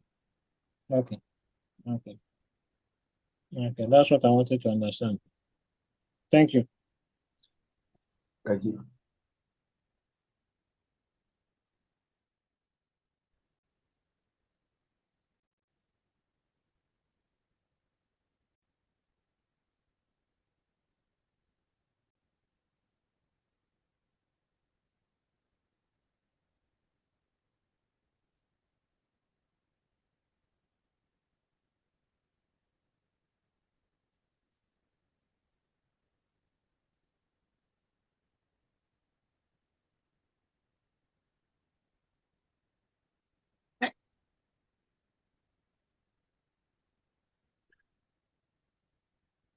Hello, good evening, Biafrans. Good evening. Thank you for this program. Yes, I have done my registration, and but I believe my wife did it for me, and there is no Jumio verification. I just asked her, and she said she didn't get that. And first for the €100 registration, she paid that one, and for the event, she paid that one. The money was accepted, but she had difficulties registering with the link of sending the money. And later she used PayPal, which was accepted. So I don't know. It's obvious that I'm gonna do the registration myself, because since there is Jumio verification, and was not the one who did it, and it was not asked, so I have to do it myself. And the linking, when you want to open the link, is it attached with the Jumio with my phone before I open it, the link?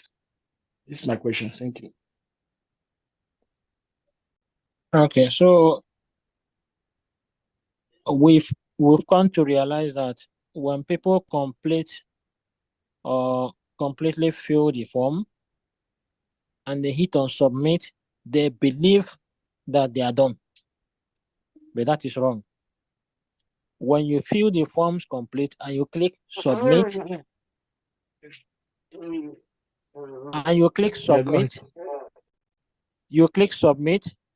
it takes you to that process of Jumio verification. That is automatic. You don't have to do anything. Just click on submit.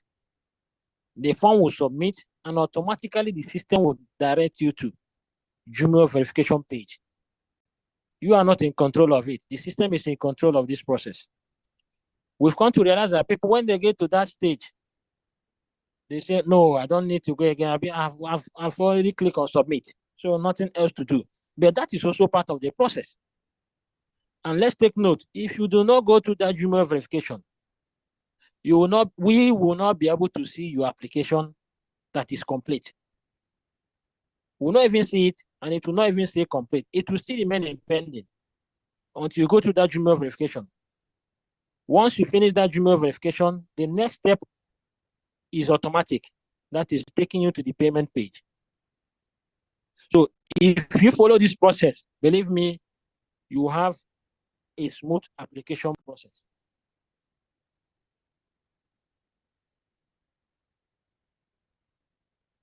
I don't know if I'm clear.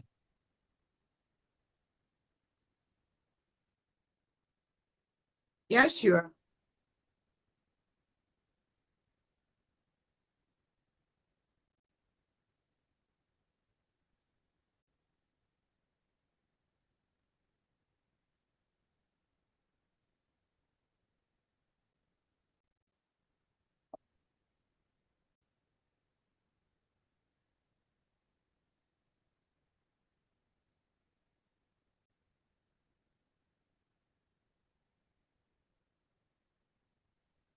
My question addressed. Thank you, sir. Thank you for service, sir.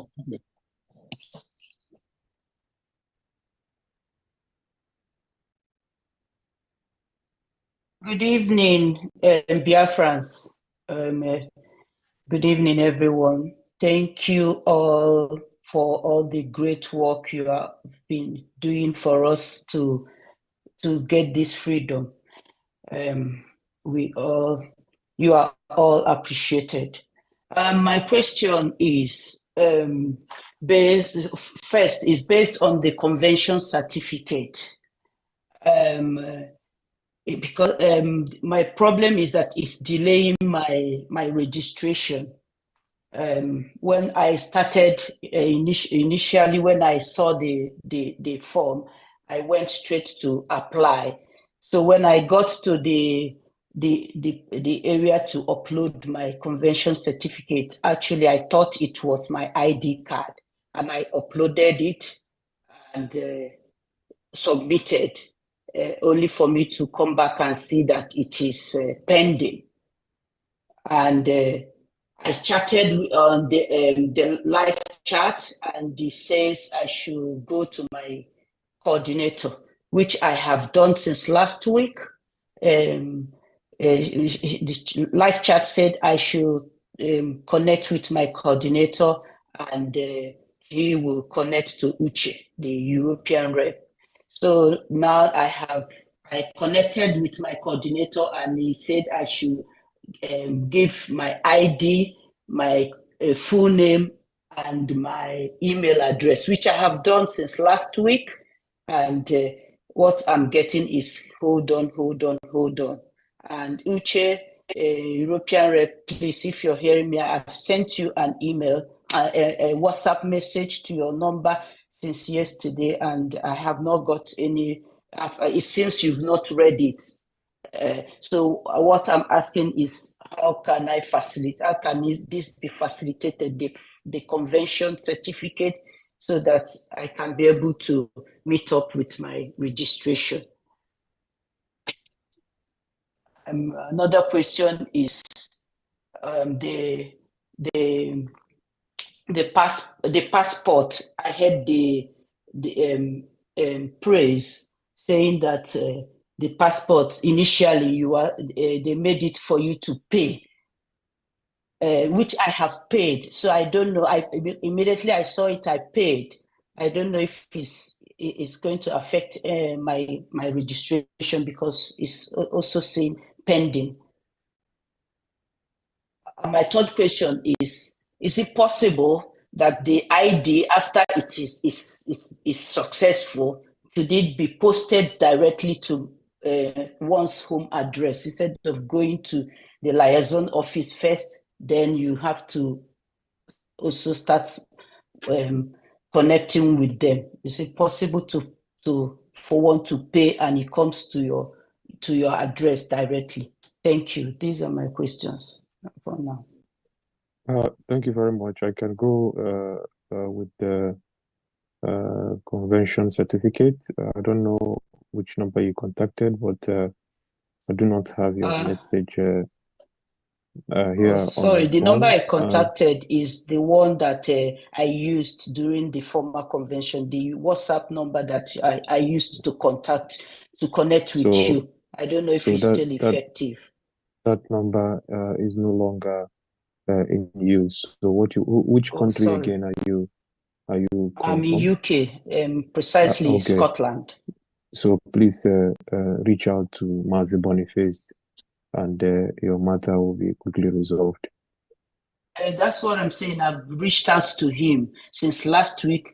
This evening she said I should hold on. And PM said once it's 1,000. So that's my worry.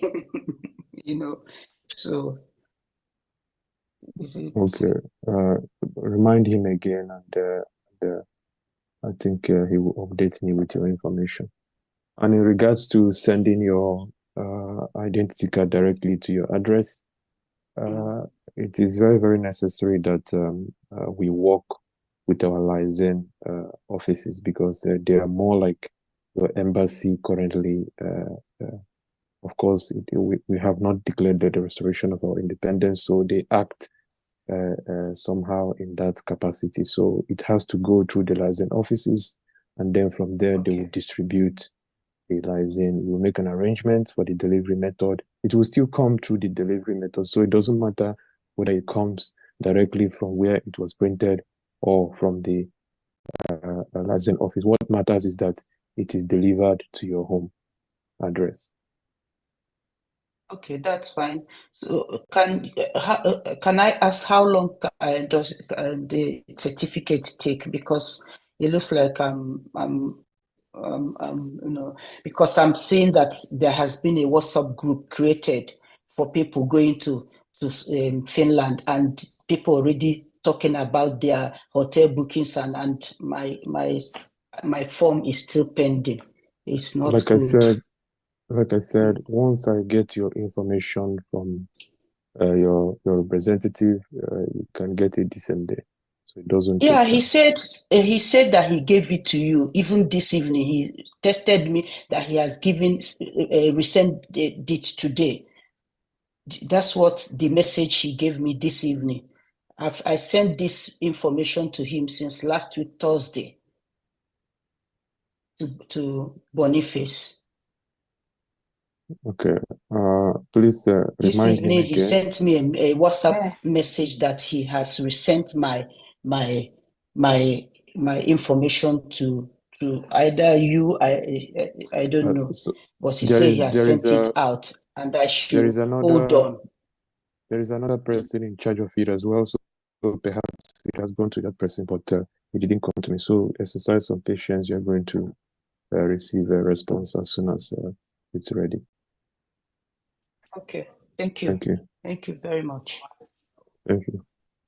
So another option will be for you, Mazuche, to also notify the person as well who is working with you, because we come to realize in the system that most of the pending, like when I discussed with PM today, the convention application form is showing 160 something or so. But then when you look at those who have paid successfully, who have filled the form successfully, the number is less than 100. So these are Exactly. Yeah, this is the reason why, because we'll be wondering why is it that we're seeing this big number, but in reality, those who are, so we realize that this could be some of the reasons why when they fill the form and they get there, they go back, they go away. So if this process will be speed up, then it will be easier for them to be going through that process, so that we'll have the correct information, real-time information for those who will be making decisions to work with. Thank you.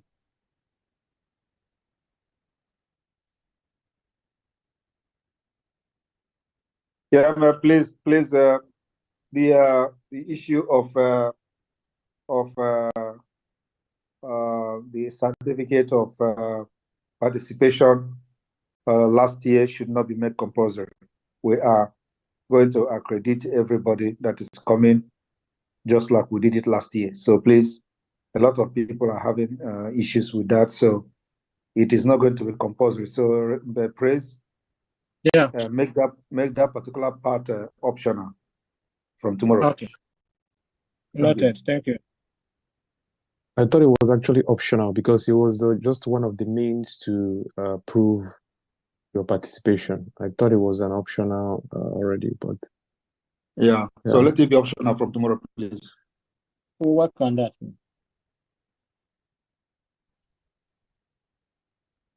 All right, thank you. We go to the second presentation by Dorothy, please.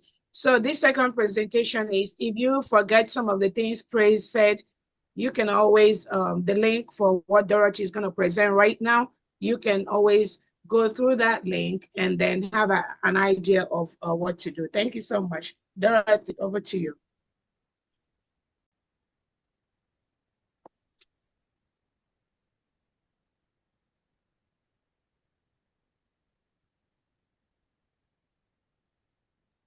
Go ahead, Dorothy.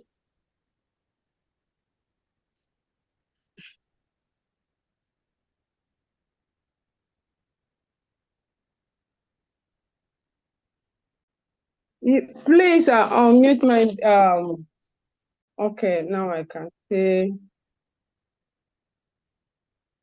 Okay. Okay. Go ahead, please.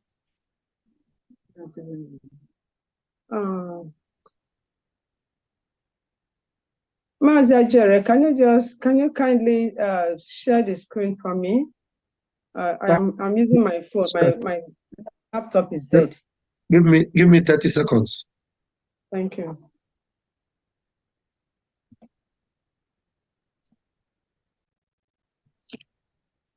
All right. Okay.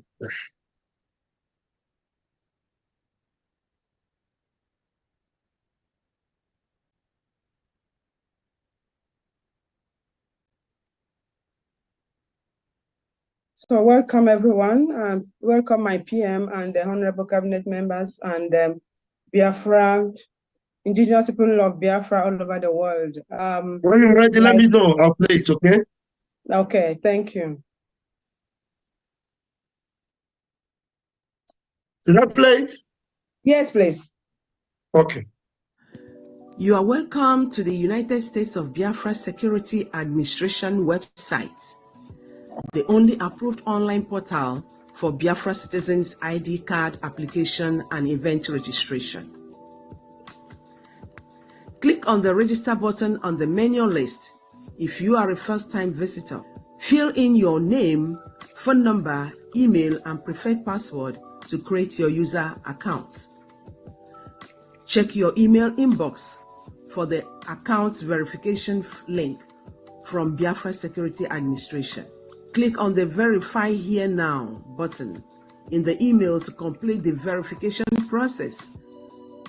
After verification, log in to your account. Upon login, a pop-up message will ask if you want to access the application forms. Click on Go to see the overview and the privacy statement page. Please read carefully and tap Agree and Submit button to view the online application form page. Choose between two types of application forms. the ID card application form and the non-ID card application form. Ensure you read through the descriptions of each before making your choice. Once you select your application type, the application form will open to you for you to fill. Fill the entire form with accurate information and upload any required documents. To avoid errors, jot down answers to questions on paper before completing the online form. After successful filling the application form, you will be redirected to the Jumio verification page to verify your identity. Ensure the uploaded identity document matches the one used for verification. After successful Jumio verification, proceed to the payment page to make payments for your ID card. Upon successful payment, you will receive email confirmation. Please allow up to 7 days for administrators to review your application and make approval. Ensure all information provided is correct to avoid rejection and account suspension for security reasons. Make sure you comply with directives and guidelines provided throughout the process. Thank you.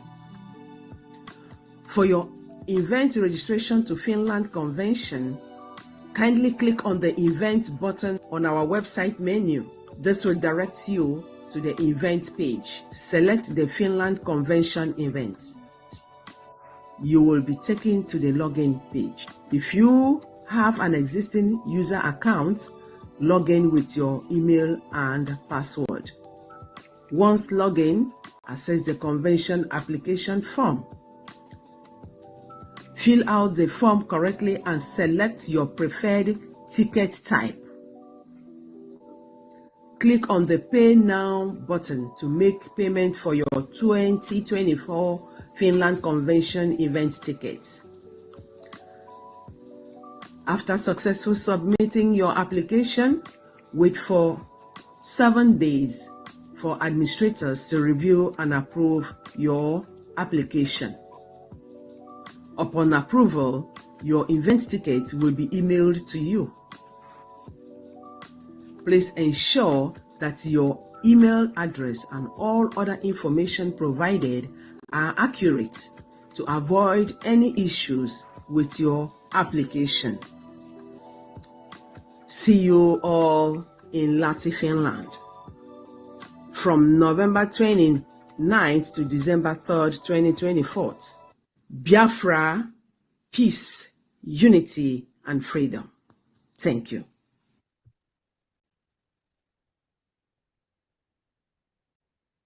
All righty. So thank you so much. That yes. Yeah. So that form, that link will be out, it will be shared. So kind of to remind us, if we forget something, we can always piggyback on that, and that will help us to remember. So Minister Sonny, we can just go ahead and take a few more questions and we're going to round it up.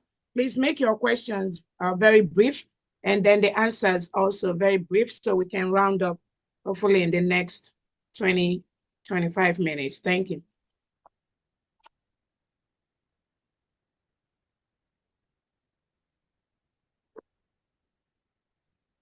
Go ahead, go ahead.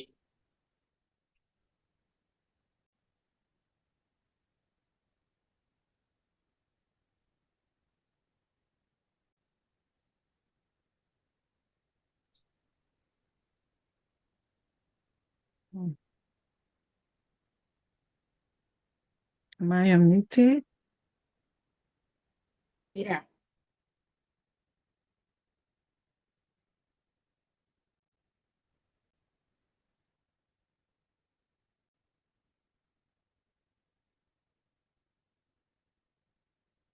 Yeah, good.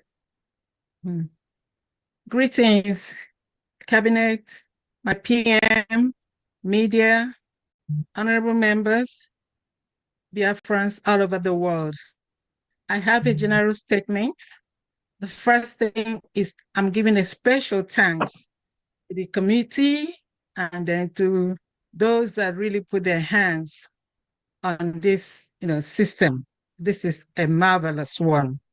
Although, there may be some small hitches since we just started, but this is really excellent per se.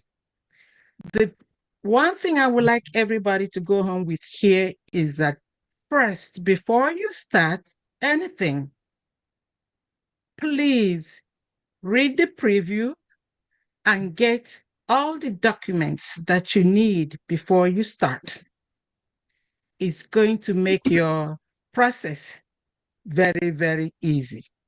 If you do not have all your documents, then you're not ready to start. And when you start, get a piece of paper. I'm just trying to reiterate what has been said already. Get a piece of paper if possible. Write down the answers that you need. When you do so, when you actually start, it's just going to make your your process hitch-free. I wish you all success, and then thank you for this, beautiful system. Thank you very much.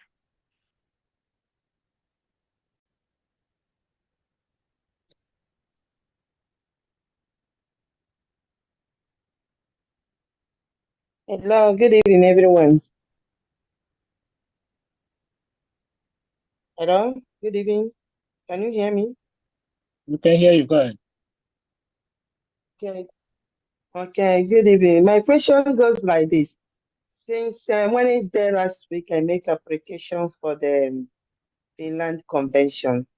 So I noticed that they have drawn the money in my bank, but I have not received anything again because when I fill the form, I have the same problem. Append. So we end there, and we are waiting for the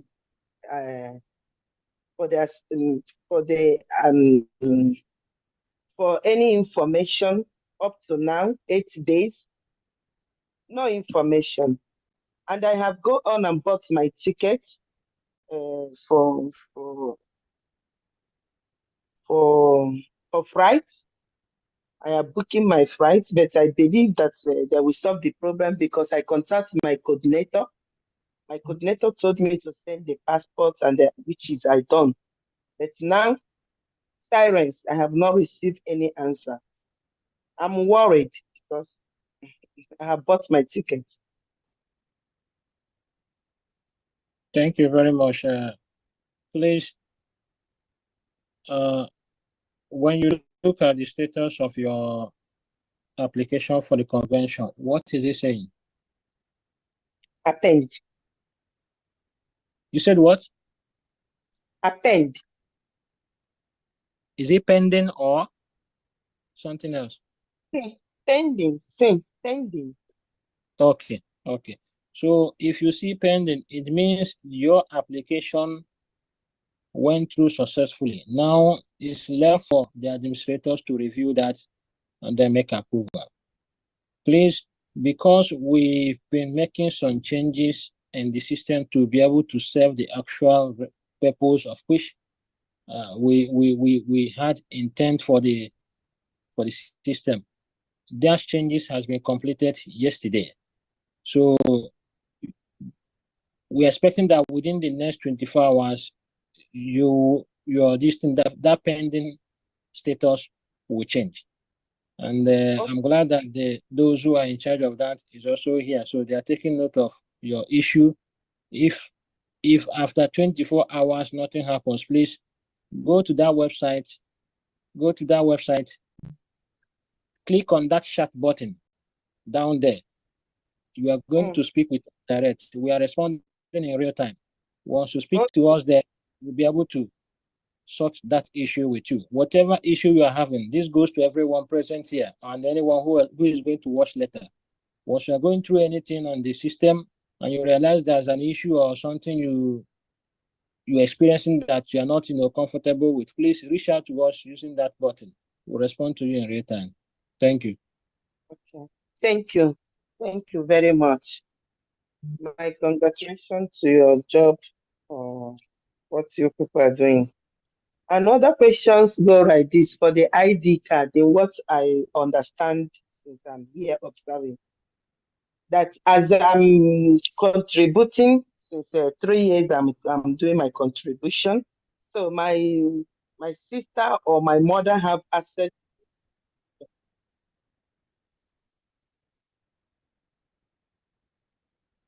Hello. We can hear you now. Go ahead. Okay. In what I understand in ID for the application, that if I'm doing my contribution, that my mother or my sister have access to do with my receipt, they can use it to request for the ID. Is it what I understand in our PM explain now? No. If you're making donations, please provide evidence. And now the process has been made easier for those who find it difficult to compile that as a single document. No, I'm talking about my sister, my mother. They are not doing contribution, but I'm doing contribution. That's what I'm saying. That's what I say. You don't need to use your contribution give it to another person to use. Your contribution is your contribution, please. Okay, because I hear PM say that explaining something concerning maybe we can help our sisters or brothers that not do contribution to help them for the application. I think there's application form for people like that. If you review the application form page, there's application for them. For those who are not contributors, they have their own. Okay. Thank you. Thank you very much. My question have done. Thank you. My greetings to everyone. Good day.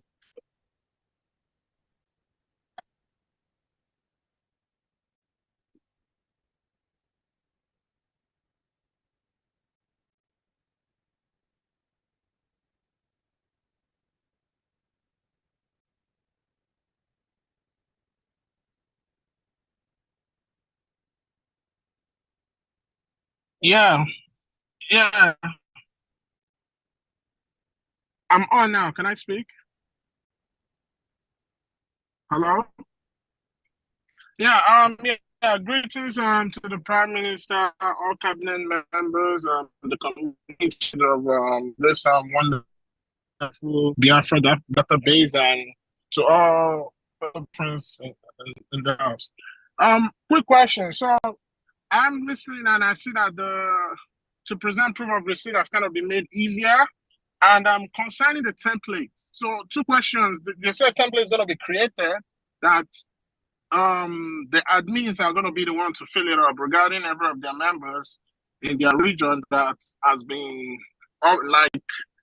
consistent with their donation. So what I want to know is on that template, when I'm giving out my information to my admin, is it my name only that is going to be filled on that template, or do I have the option of filling my number, just my mother, because I don't have no kids, none of my siblings have no kids, so filling them out so that when it's time for them to, after the actualization of Biafra, when they want to apply for their ID, will it also be possible, due to the fact that I was contributing consistently and engaging very actively, would they be allowed to get the special status on it due to the fact that I was active in it, and regarding the template that was created? Thank you.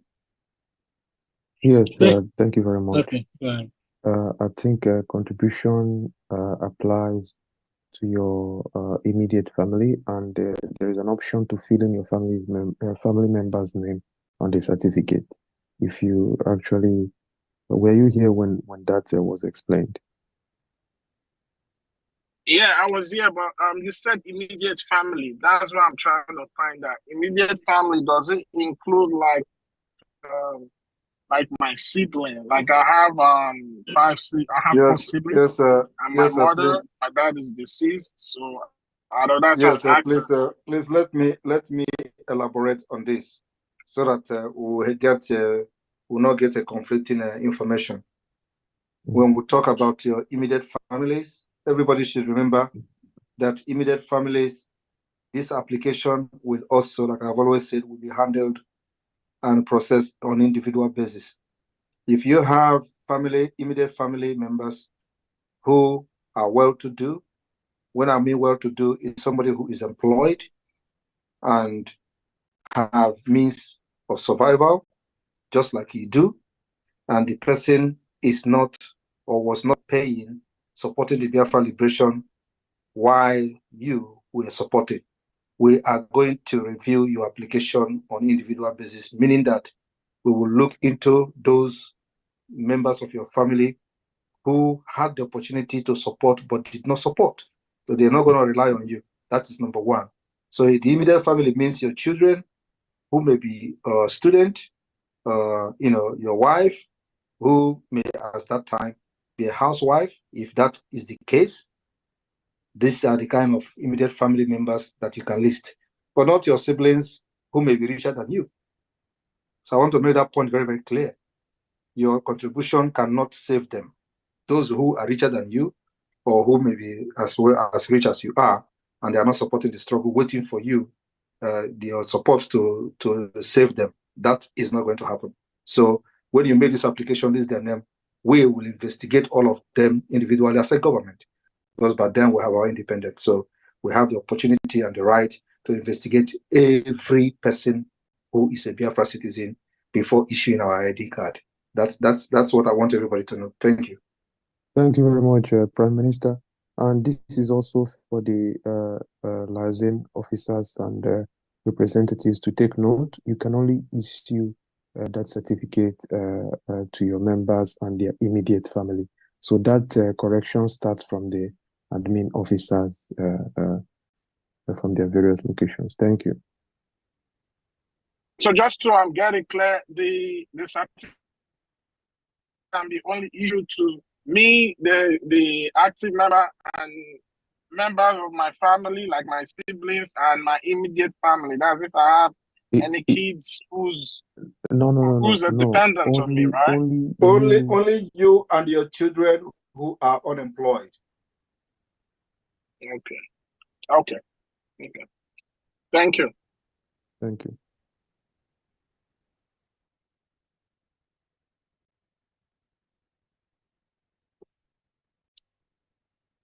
Just for information of everybody, we have over 4,000 live viewers on our X page alone.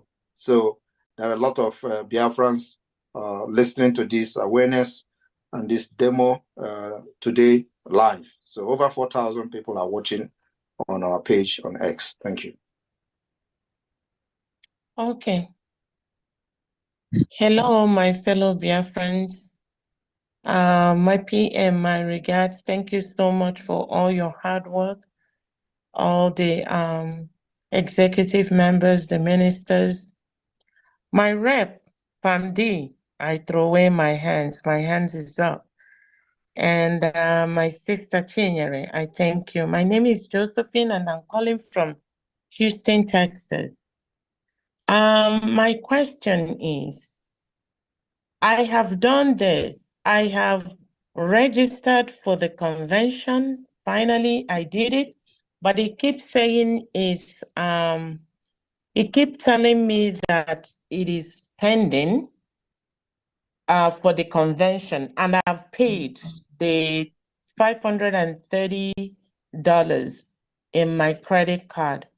My question is, how do I know if I filled out everything, or is there any document that needs to be sent to me before I purchase my ticket for coming? Then the second question is actually on the ID card. I also did the ID card submitted form. How do I know? Oh, is it I registered for that. But one thing that I noticed is that if you didn't finish and you save, I thought it didn't save it. Then you have to start all over again. So it's like it's like my own has two. That was the application that was filled for ID card. One is saying pending, the other one is saying saved. And both of them have the same information.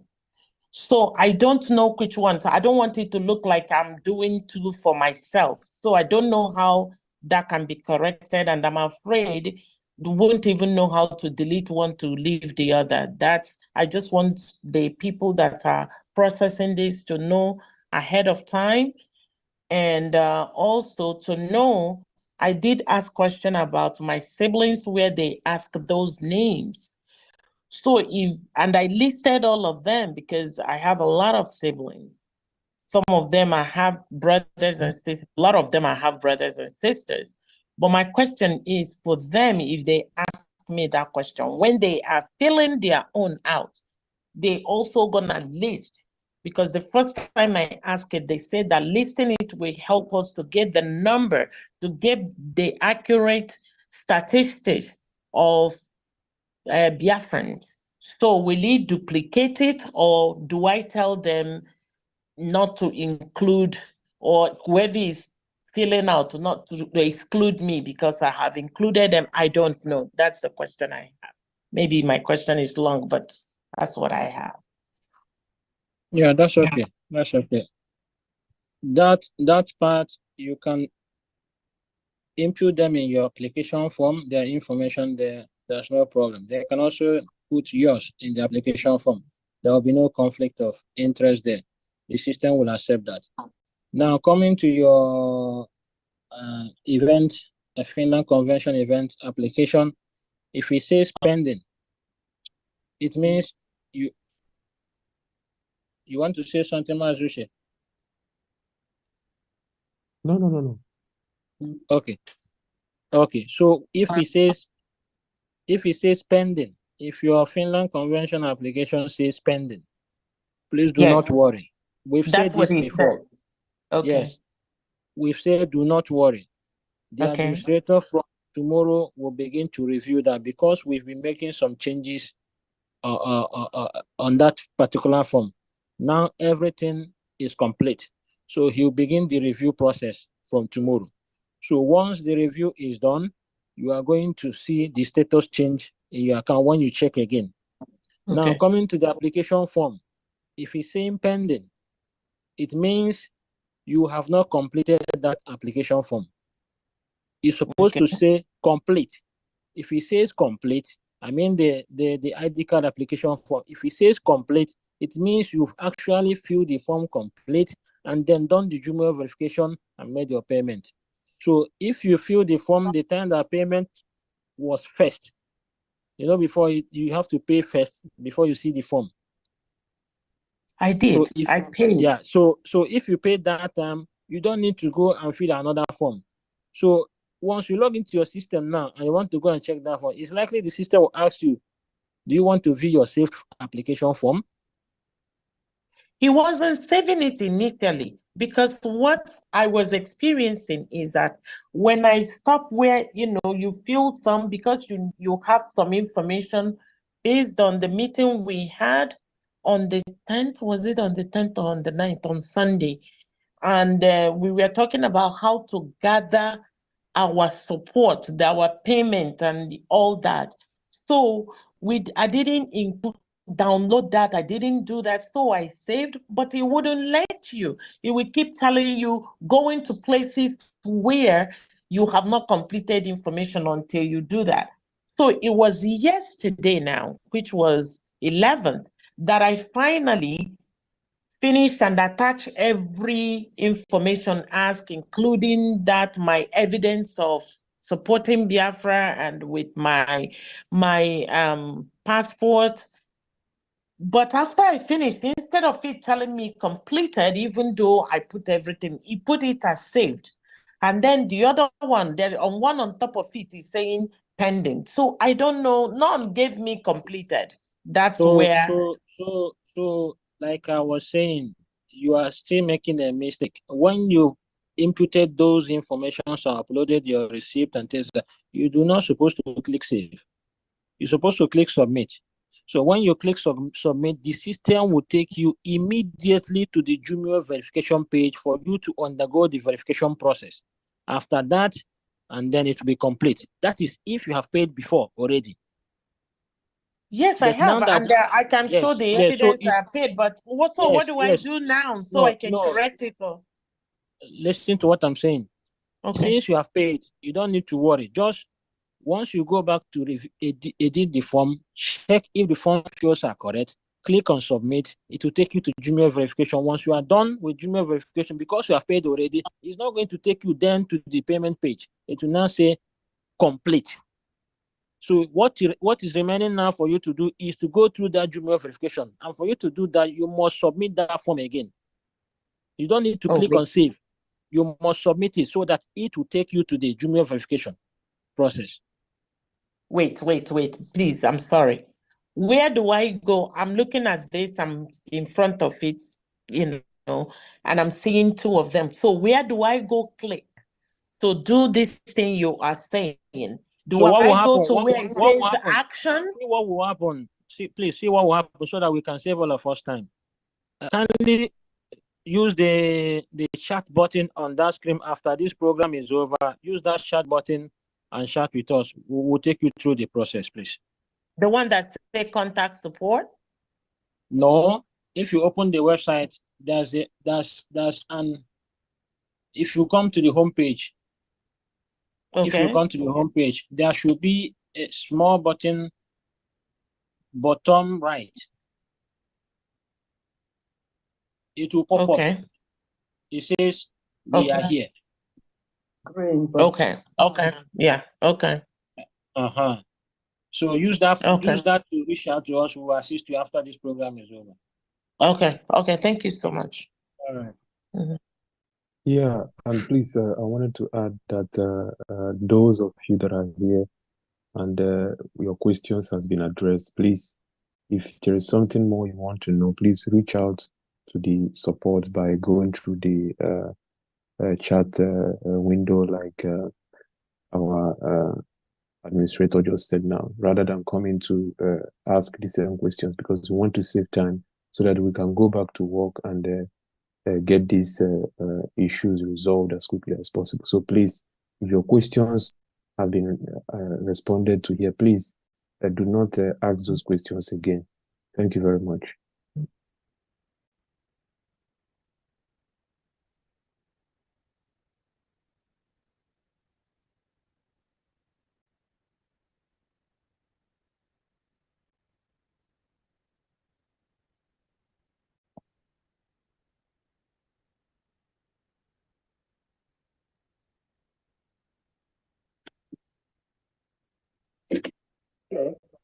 Hello. Yes. Mouthpiece is here. Okay. I salute my PM, Honorable PM, and your cabinet members, and every other protocol observed. Yeah, I was late today because on the invitation, I didn't remember that the time there was EST. And I am an hour less. So that's why I missed the information on how to pick the 3 categories of applications. I don't know which one is what, so I can know which one to pick. So please, I'm sorry, can I have the information so I can know what to pick to fill out for my application ID? Thank you.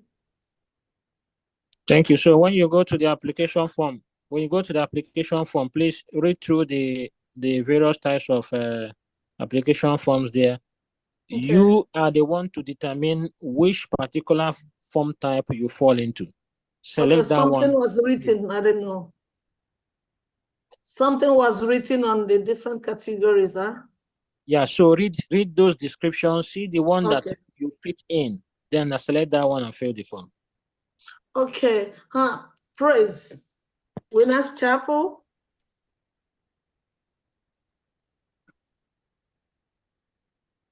Okay, thank you Hello? so much. That's my question. Okay. And I appreciate what you do, praise. This is excellent. God bless you for your good work. And every one of you there. Thank God. I just thank God for what He is using all of you to do for us. And I know we will all rejoice. God bless. Thank you.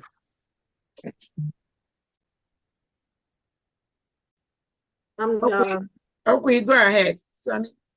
Thank Yeah, thank you. I need to ask some question anyway. Good evening, everyone. I've already done the ID registration. I start kind of getting confused. I've already done the Jumio. I've already made my payment. But when I looked at my dashboard, it's telling me I've already submitted, and then my form is also unpending. Do you know what is going on? Sorry, when did you join this program? No long ago. Were you listening when our administrator just explained almost exactly the same? Each and every one of us. Yeah, I heard, but also I was hearing that that from your end you need to be seen. Diligently read the overview and application. Sorry, Dr. Dora, somebody is speaking. The person can please mute. Yeah, go ahead. Sorry. Yeah. Like what I understand, I was hearing, if it's pending, then it's okay. But also I'm hearing another one, it needs to be complete. So I got confused. I wanted to ask question just to verify everything you guys was talking about. Her case is different from your case, so you do not need to worry. Once yours is pending, you just have to hold on until your case has been processed, and then you get a feedback. Okay. Thank you There's very much. something else. Let me quickly add this. If your application for an ID card is on pending, there's something you are not doing. There's something you are doing wrong. I'm sorry.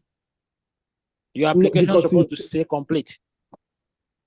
Yeah, I mean, this goes to everyone.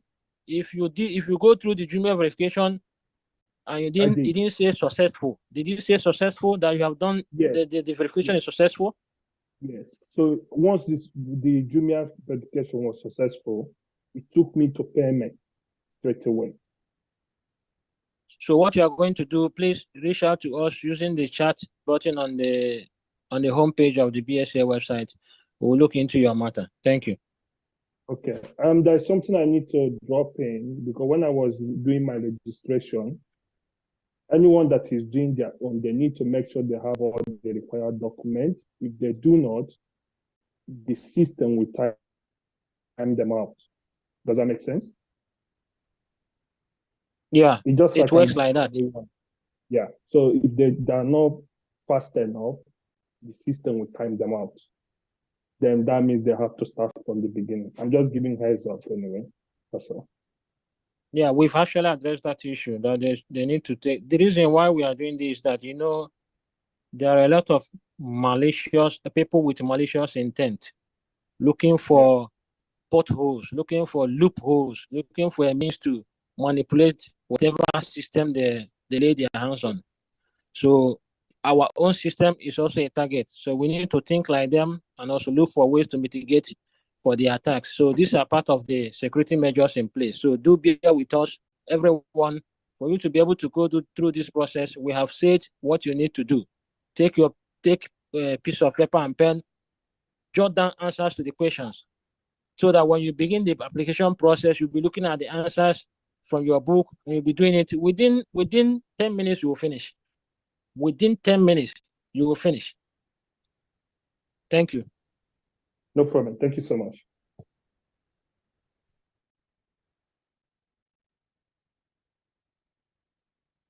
Thank you so much, Minister Sonia Barawa. Greetings to you, Your Excellency Mazi Simon Ekpa, our Prime Minister, and to all the ministers present. Greetings to you, all Biafrans.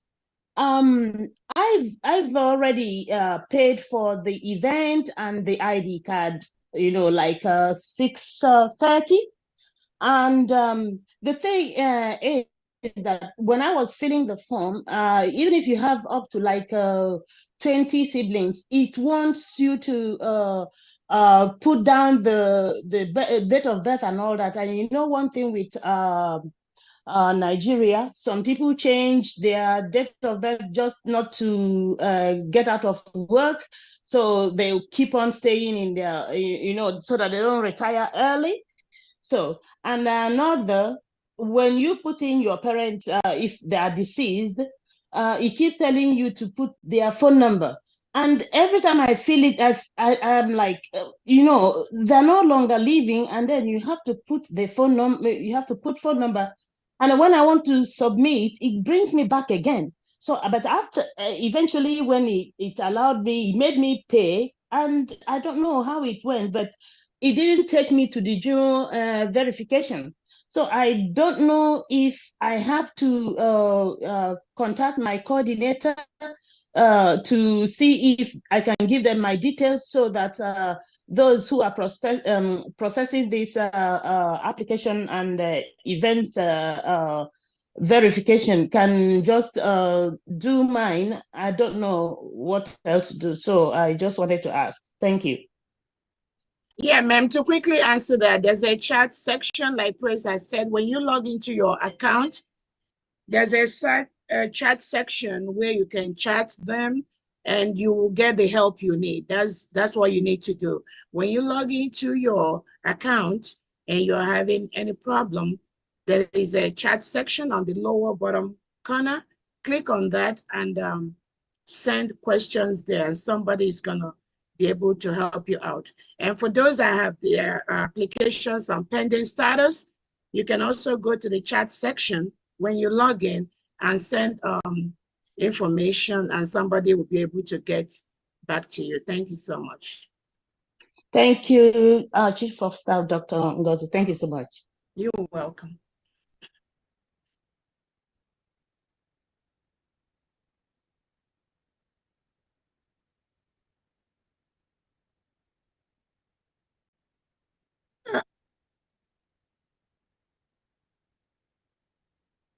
Exactly.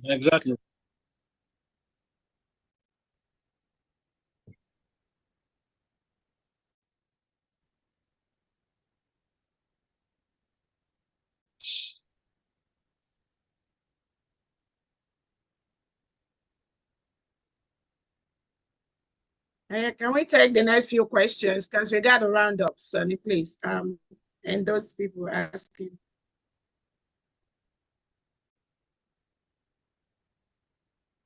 Okay. Good morning, everyone. Good morning, my PM. Actually, all the question. Thank you guys for this education. It really helped me because I've been trying to register. I've been trying to register, but I keep having the same problem. That's why I took my time to join this education. I thank you guys, and I believe everything is answered, and there is a chat section there which you can chat live. But my simple question, I would just like to ask it here. So when you go to where they say children, and again, you say children over 18 years should have separate application. So what do I have to do there? Do I need to skip the over 18 and put the below 18 one? Thank you. That's just my question. So when you get to the form, there's one for 12 years and under, and there's one for 13 years to 17 years. So if your child your daughter or your son falls within any of that category, please select that particular form and fill for them. Okay, thank you. Thank you very much, Praise. Thank you for good work. I thank you guys, Sonia Barawa, all the cabinet members. Thank you guys. Thank you very much for all the good work we are doing. I will try again. Hopefully I will be successful this time. Thank you. All right.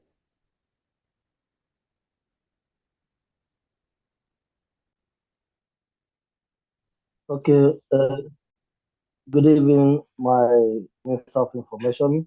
Good evening, my PM, all protocol reserve.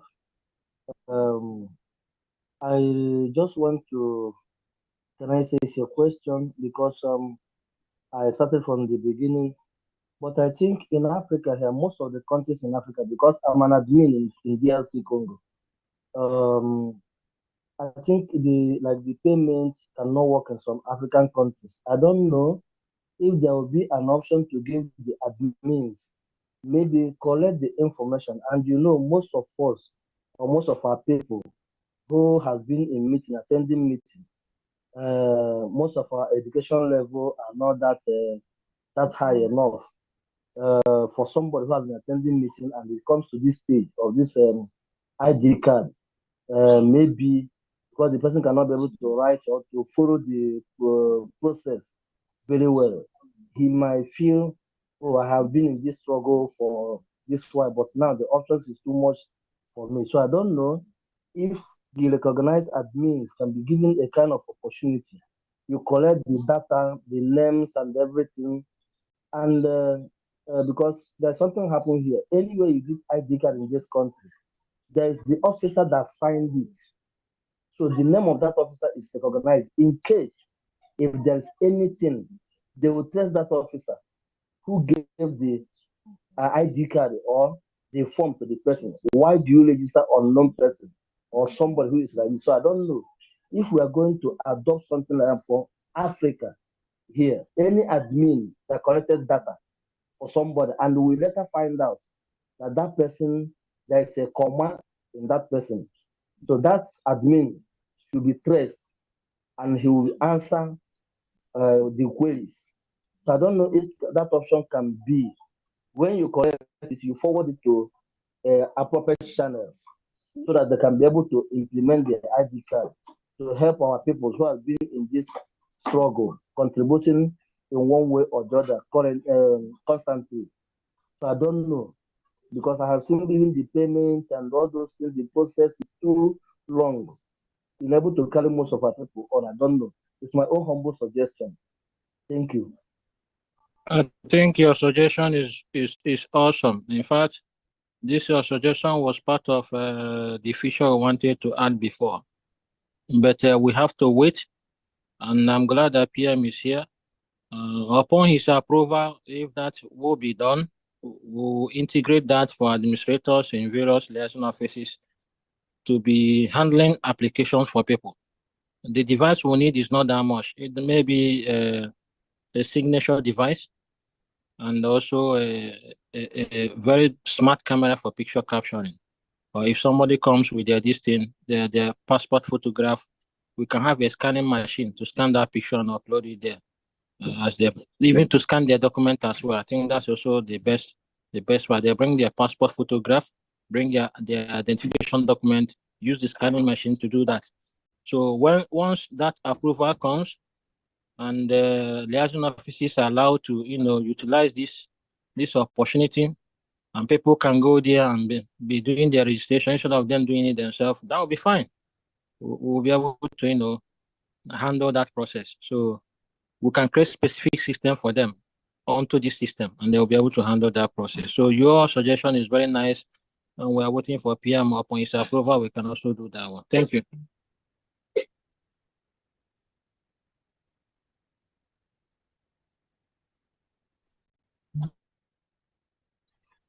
Good evening, everyone.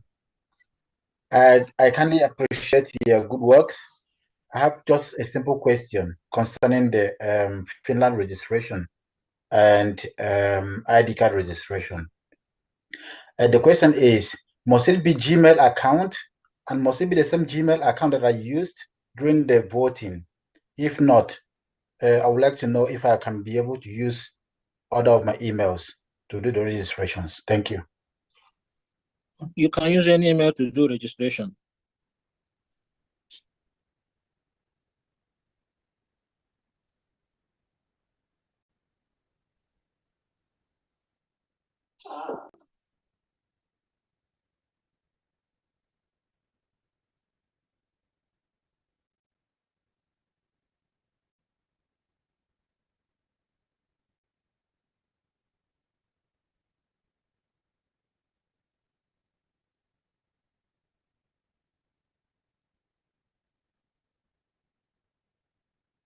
Hello, can you hear me?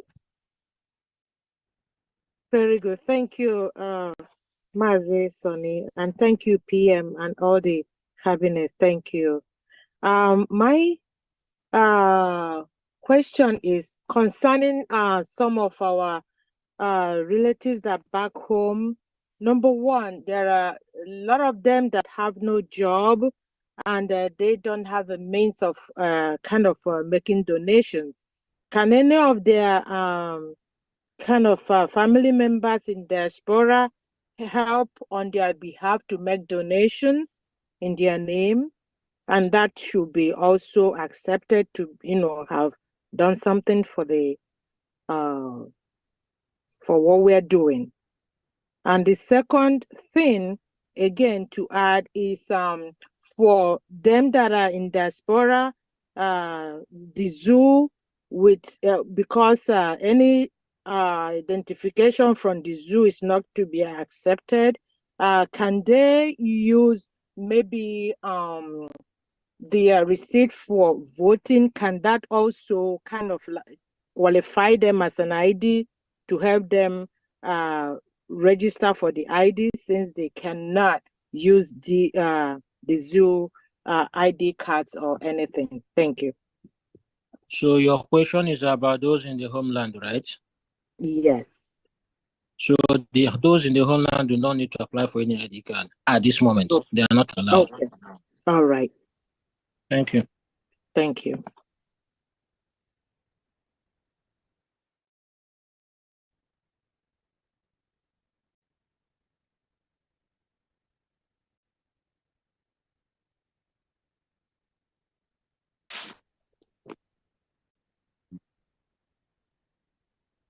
Yes, good morning from here.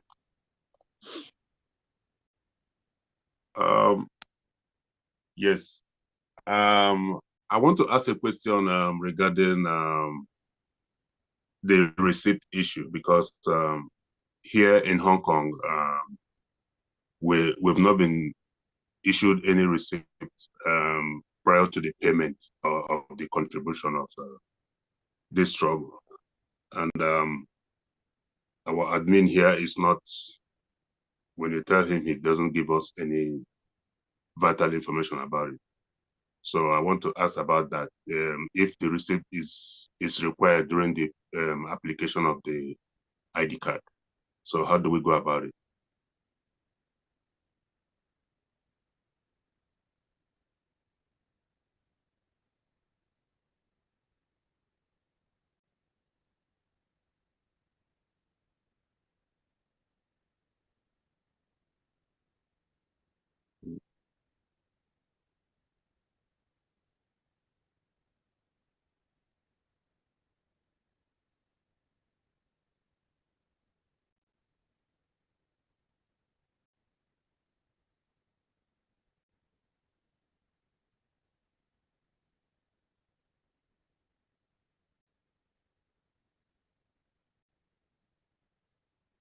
Okay, thank you very much. Thank you very much.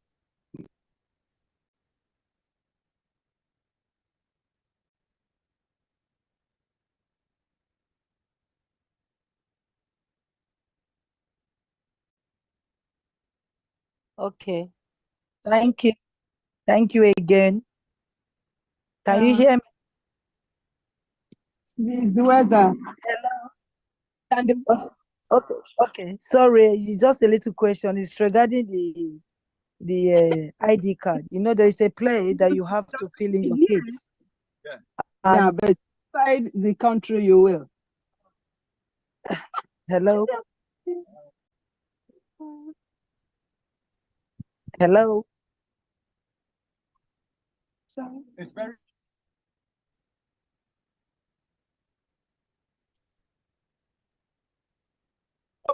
please. Okay. Can I go on? Okay. You know, some time ago, like maybe 2 years ago or thereabout, they did a donation for children. You know, children came out and do some donation when we just first started.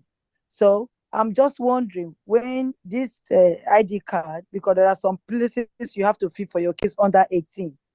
Will that same money cover for my child when I want to do the ID card, or am I paying separate money for my child if it's under 18 because we've done donation before, or can we carry on doing a donation until she gets of age, then she can do the ID card? Those are the questions I want to ask. Thank you, Mazi. I don't know if you understand my question.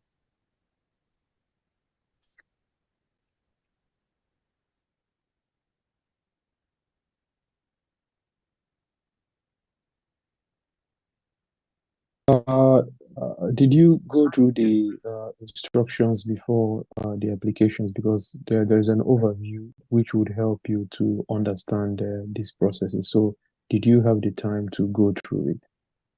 No, I have not filled that one yet. I only just did the Finland a part of it, but the ID card I have one. But I know you when you through your explanation, you were telling us that there is a part for your children. So I was just wondering if the $100 would cover for me with my You're talking child. about donation. No, I'm not. No No. payment for the ID card.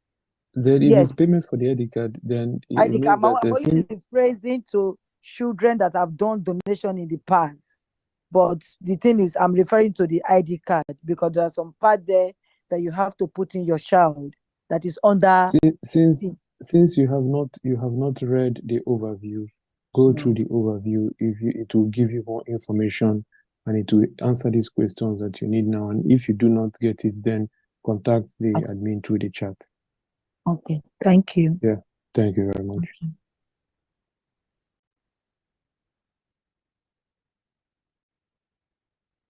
Thank you.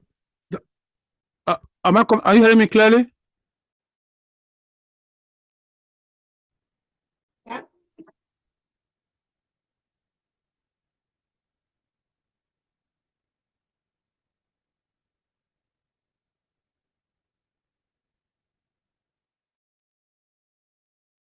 I have unmuted myself. Am I coming out clearly?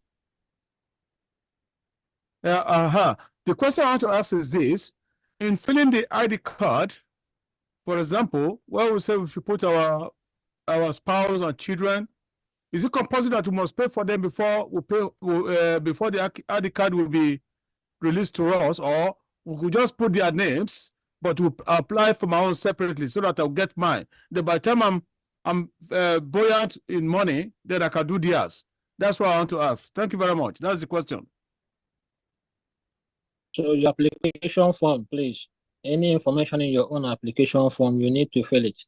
That application form is for you. When it's time for you to apply for your children, your daughter or your son, please select their preferred application type. Make sure that you fill their own information, all the parts required, and then make payment for their own.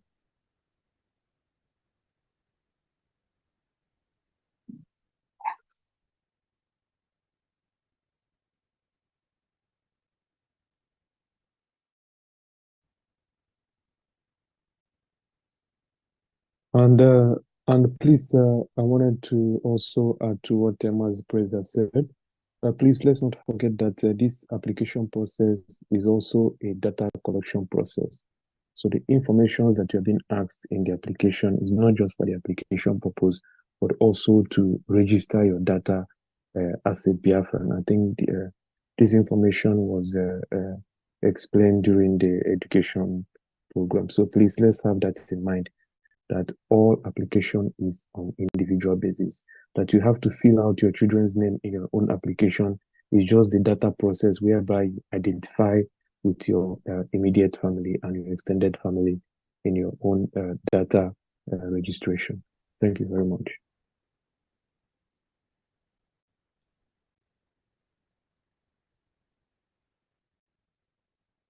Okay, so the Stackler is not talking. All right. So PM, do you have anything to say before we close?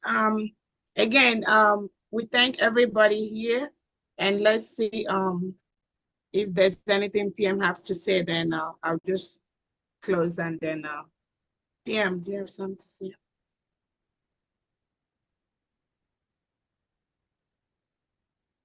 Yeah, Mbabaki Beyogo. Ah, Guinea.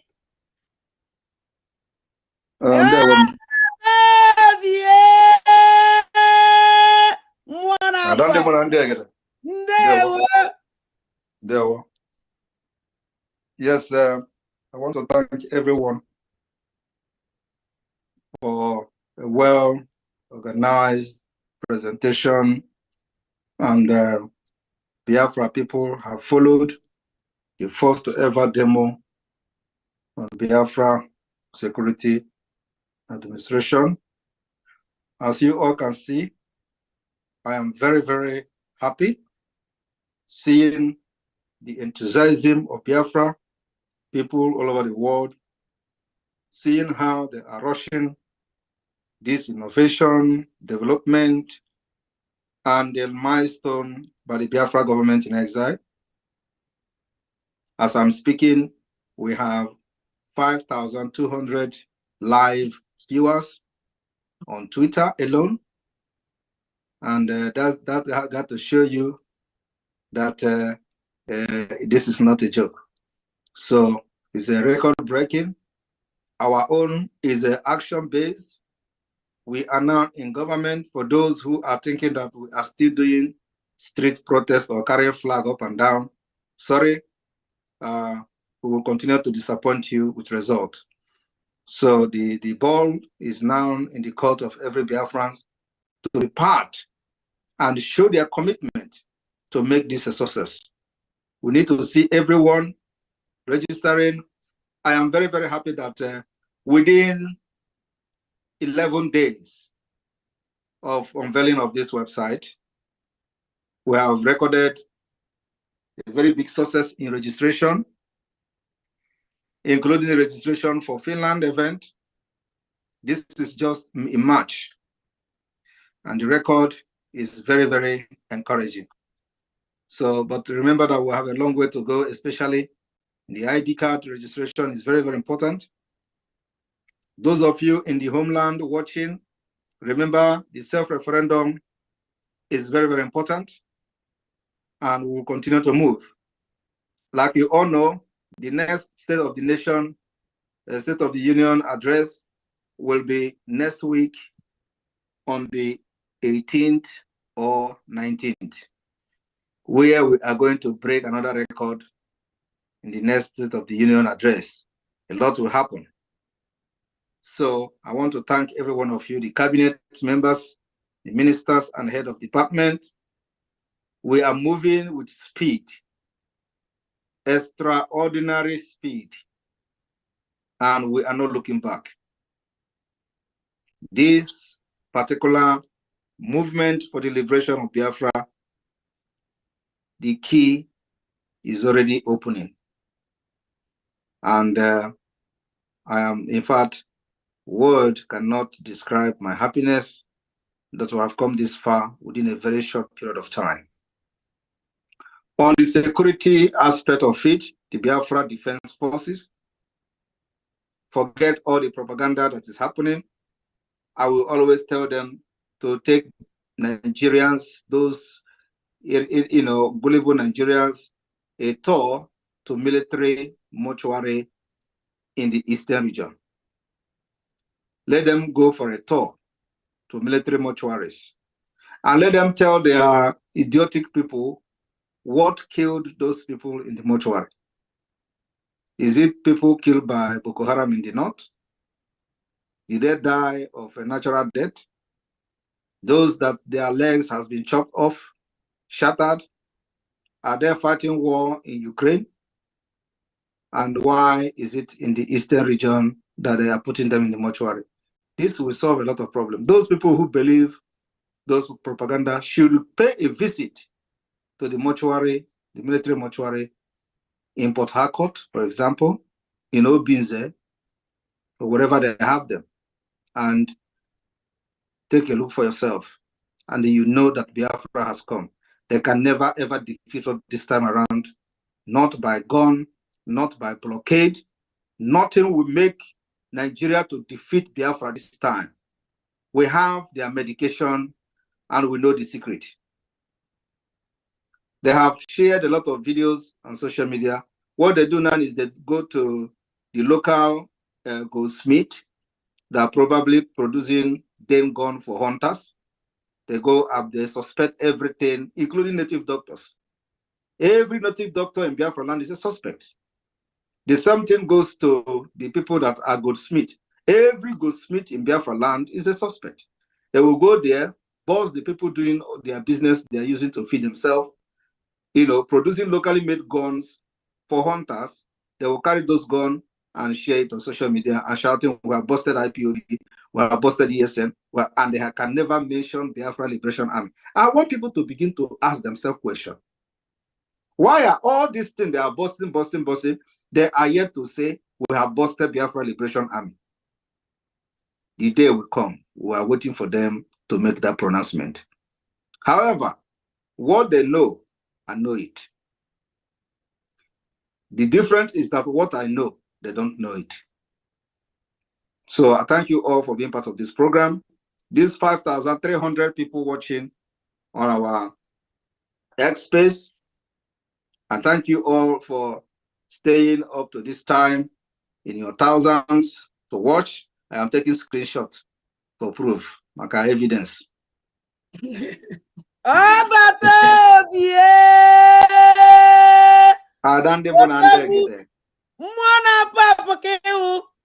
Ebe a na-ha ba anyị ga-abịa wepụta ogirigara ọja dị ikuku ọja na mmụọ itiwasịa ụzọ onye ụkọrọ mmụọ isi na-ebu ogidi ndewo karịrị odogwu oke mmụọ. So everybody go and register and be part of the history. And I want to congratulate those who their registration has already been successful, both those coming to Finland. I'm just happy hearing everybody. This one I have registered, I have submitted my own, I have registered, I have submitted my own. Do you know how this thing is singing, melody in my ear? Hearing everybody, I have registered, I have submitted, it's a thing of joy. And in Finland, history will be made. I just pity those who will not make it to Finland because you cannot be part of this program, part of this movement, struggle everything, and we had the opportunity to make your name be in the book. And you are not coming. I thank you all. May God bless all of you. And the media team, remember that everything you have today, from now going on, is the Biafra referendum in Finland, the Biafra identity card, and the Biafra coin, the Bank of Biafra. These are only the program you will be making. Forget all the IPOB Nigeria. We give them job. Don't follow their path. The reason why I made them to come out today to talk is what I wanted them to do. We continue to distract them, let them continue to shout like mad people, and while we continue in action, what we are doing, our project, and focus and keep our eyes on the rising sun. While they are on the social media shouting Ekperima, continue your job by creating awareness to what we have done, which they can never ever do.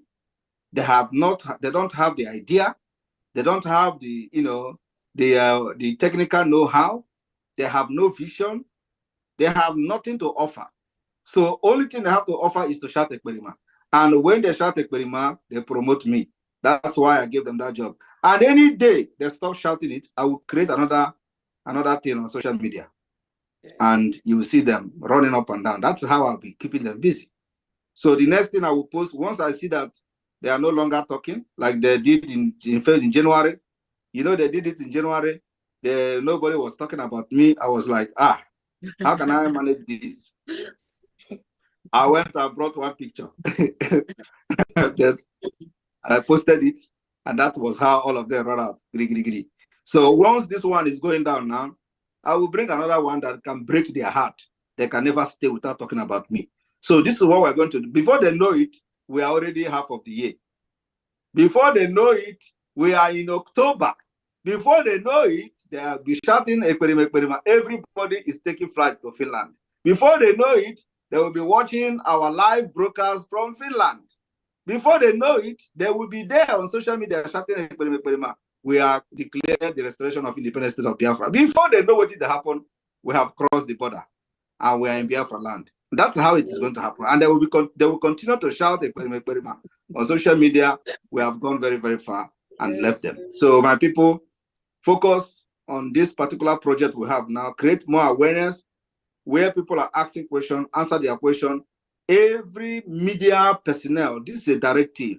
I do not want to see anybody talking about this one, PM say this one, or the IPOB Nigeria, they do that one. No, don't talk about them, please. All you have to talk about now is the project we presented to Biafrans here today. This is the most important thing. There is nothing else. Make every Biafrans register and have their ID card, especially those in diaspora and those who want to submit their database, their data to Biafra government. It is a process that we have started. Create this awareness. And you know, in a few days' time, I can always say in a few days' time, a lot of things will come out. And the enemy, again, will be put to shame. So let us focus on this project we have now and create this awareness. Please, the media team is a directive. I thank every one of you from here, from me. It's good evening. Thank you so much, PM. Thank you. And then thank you so much, all the viewers. And that brings us to the end of this presentation. And like we advise every Biafran, if you're having any problem, ask your question on the chat section inside the website, and somebody is going to attend to you real time within the shortest possible time. Thank you so much and have a good evening or good night.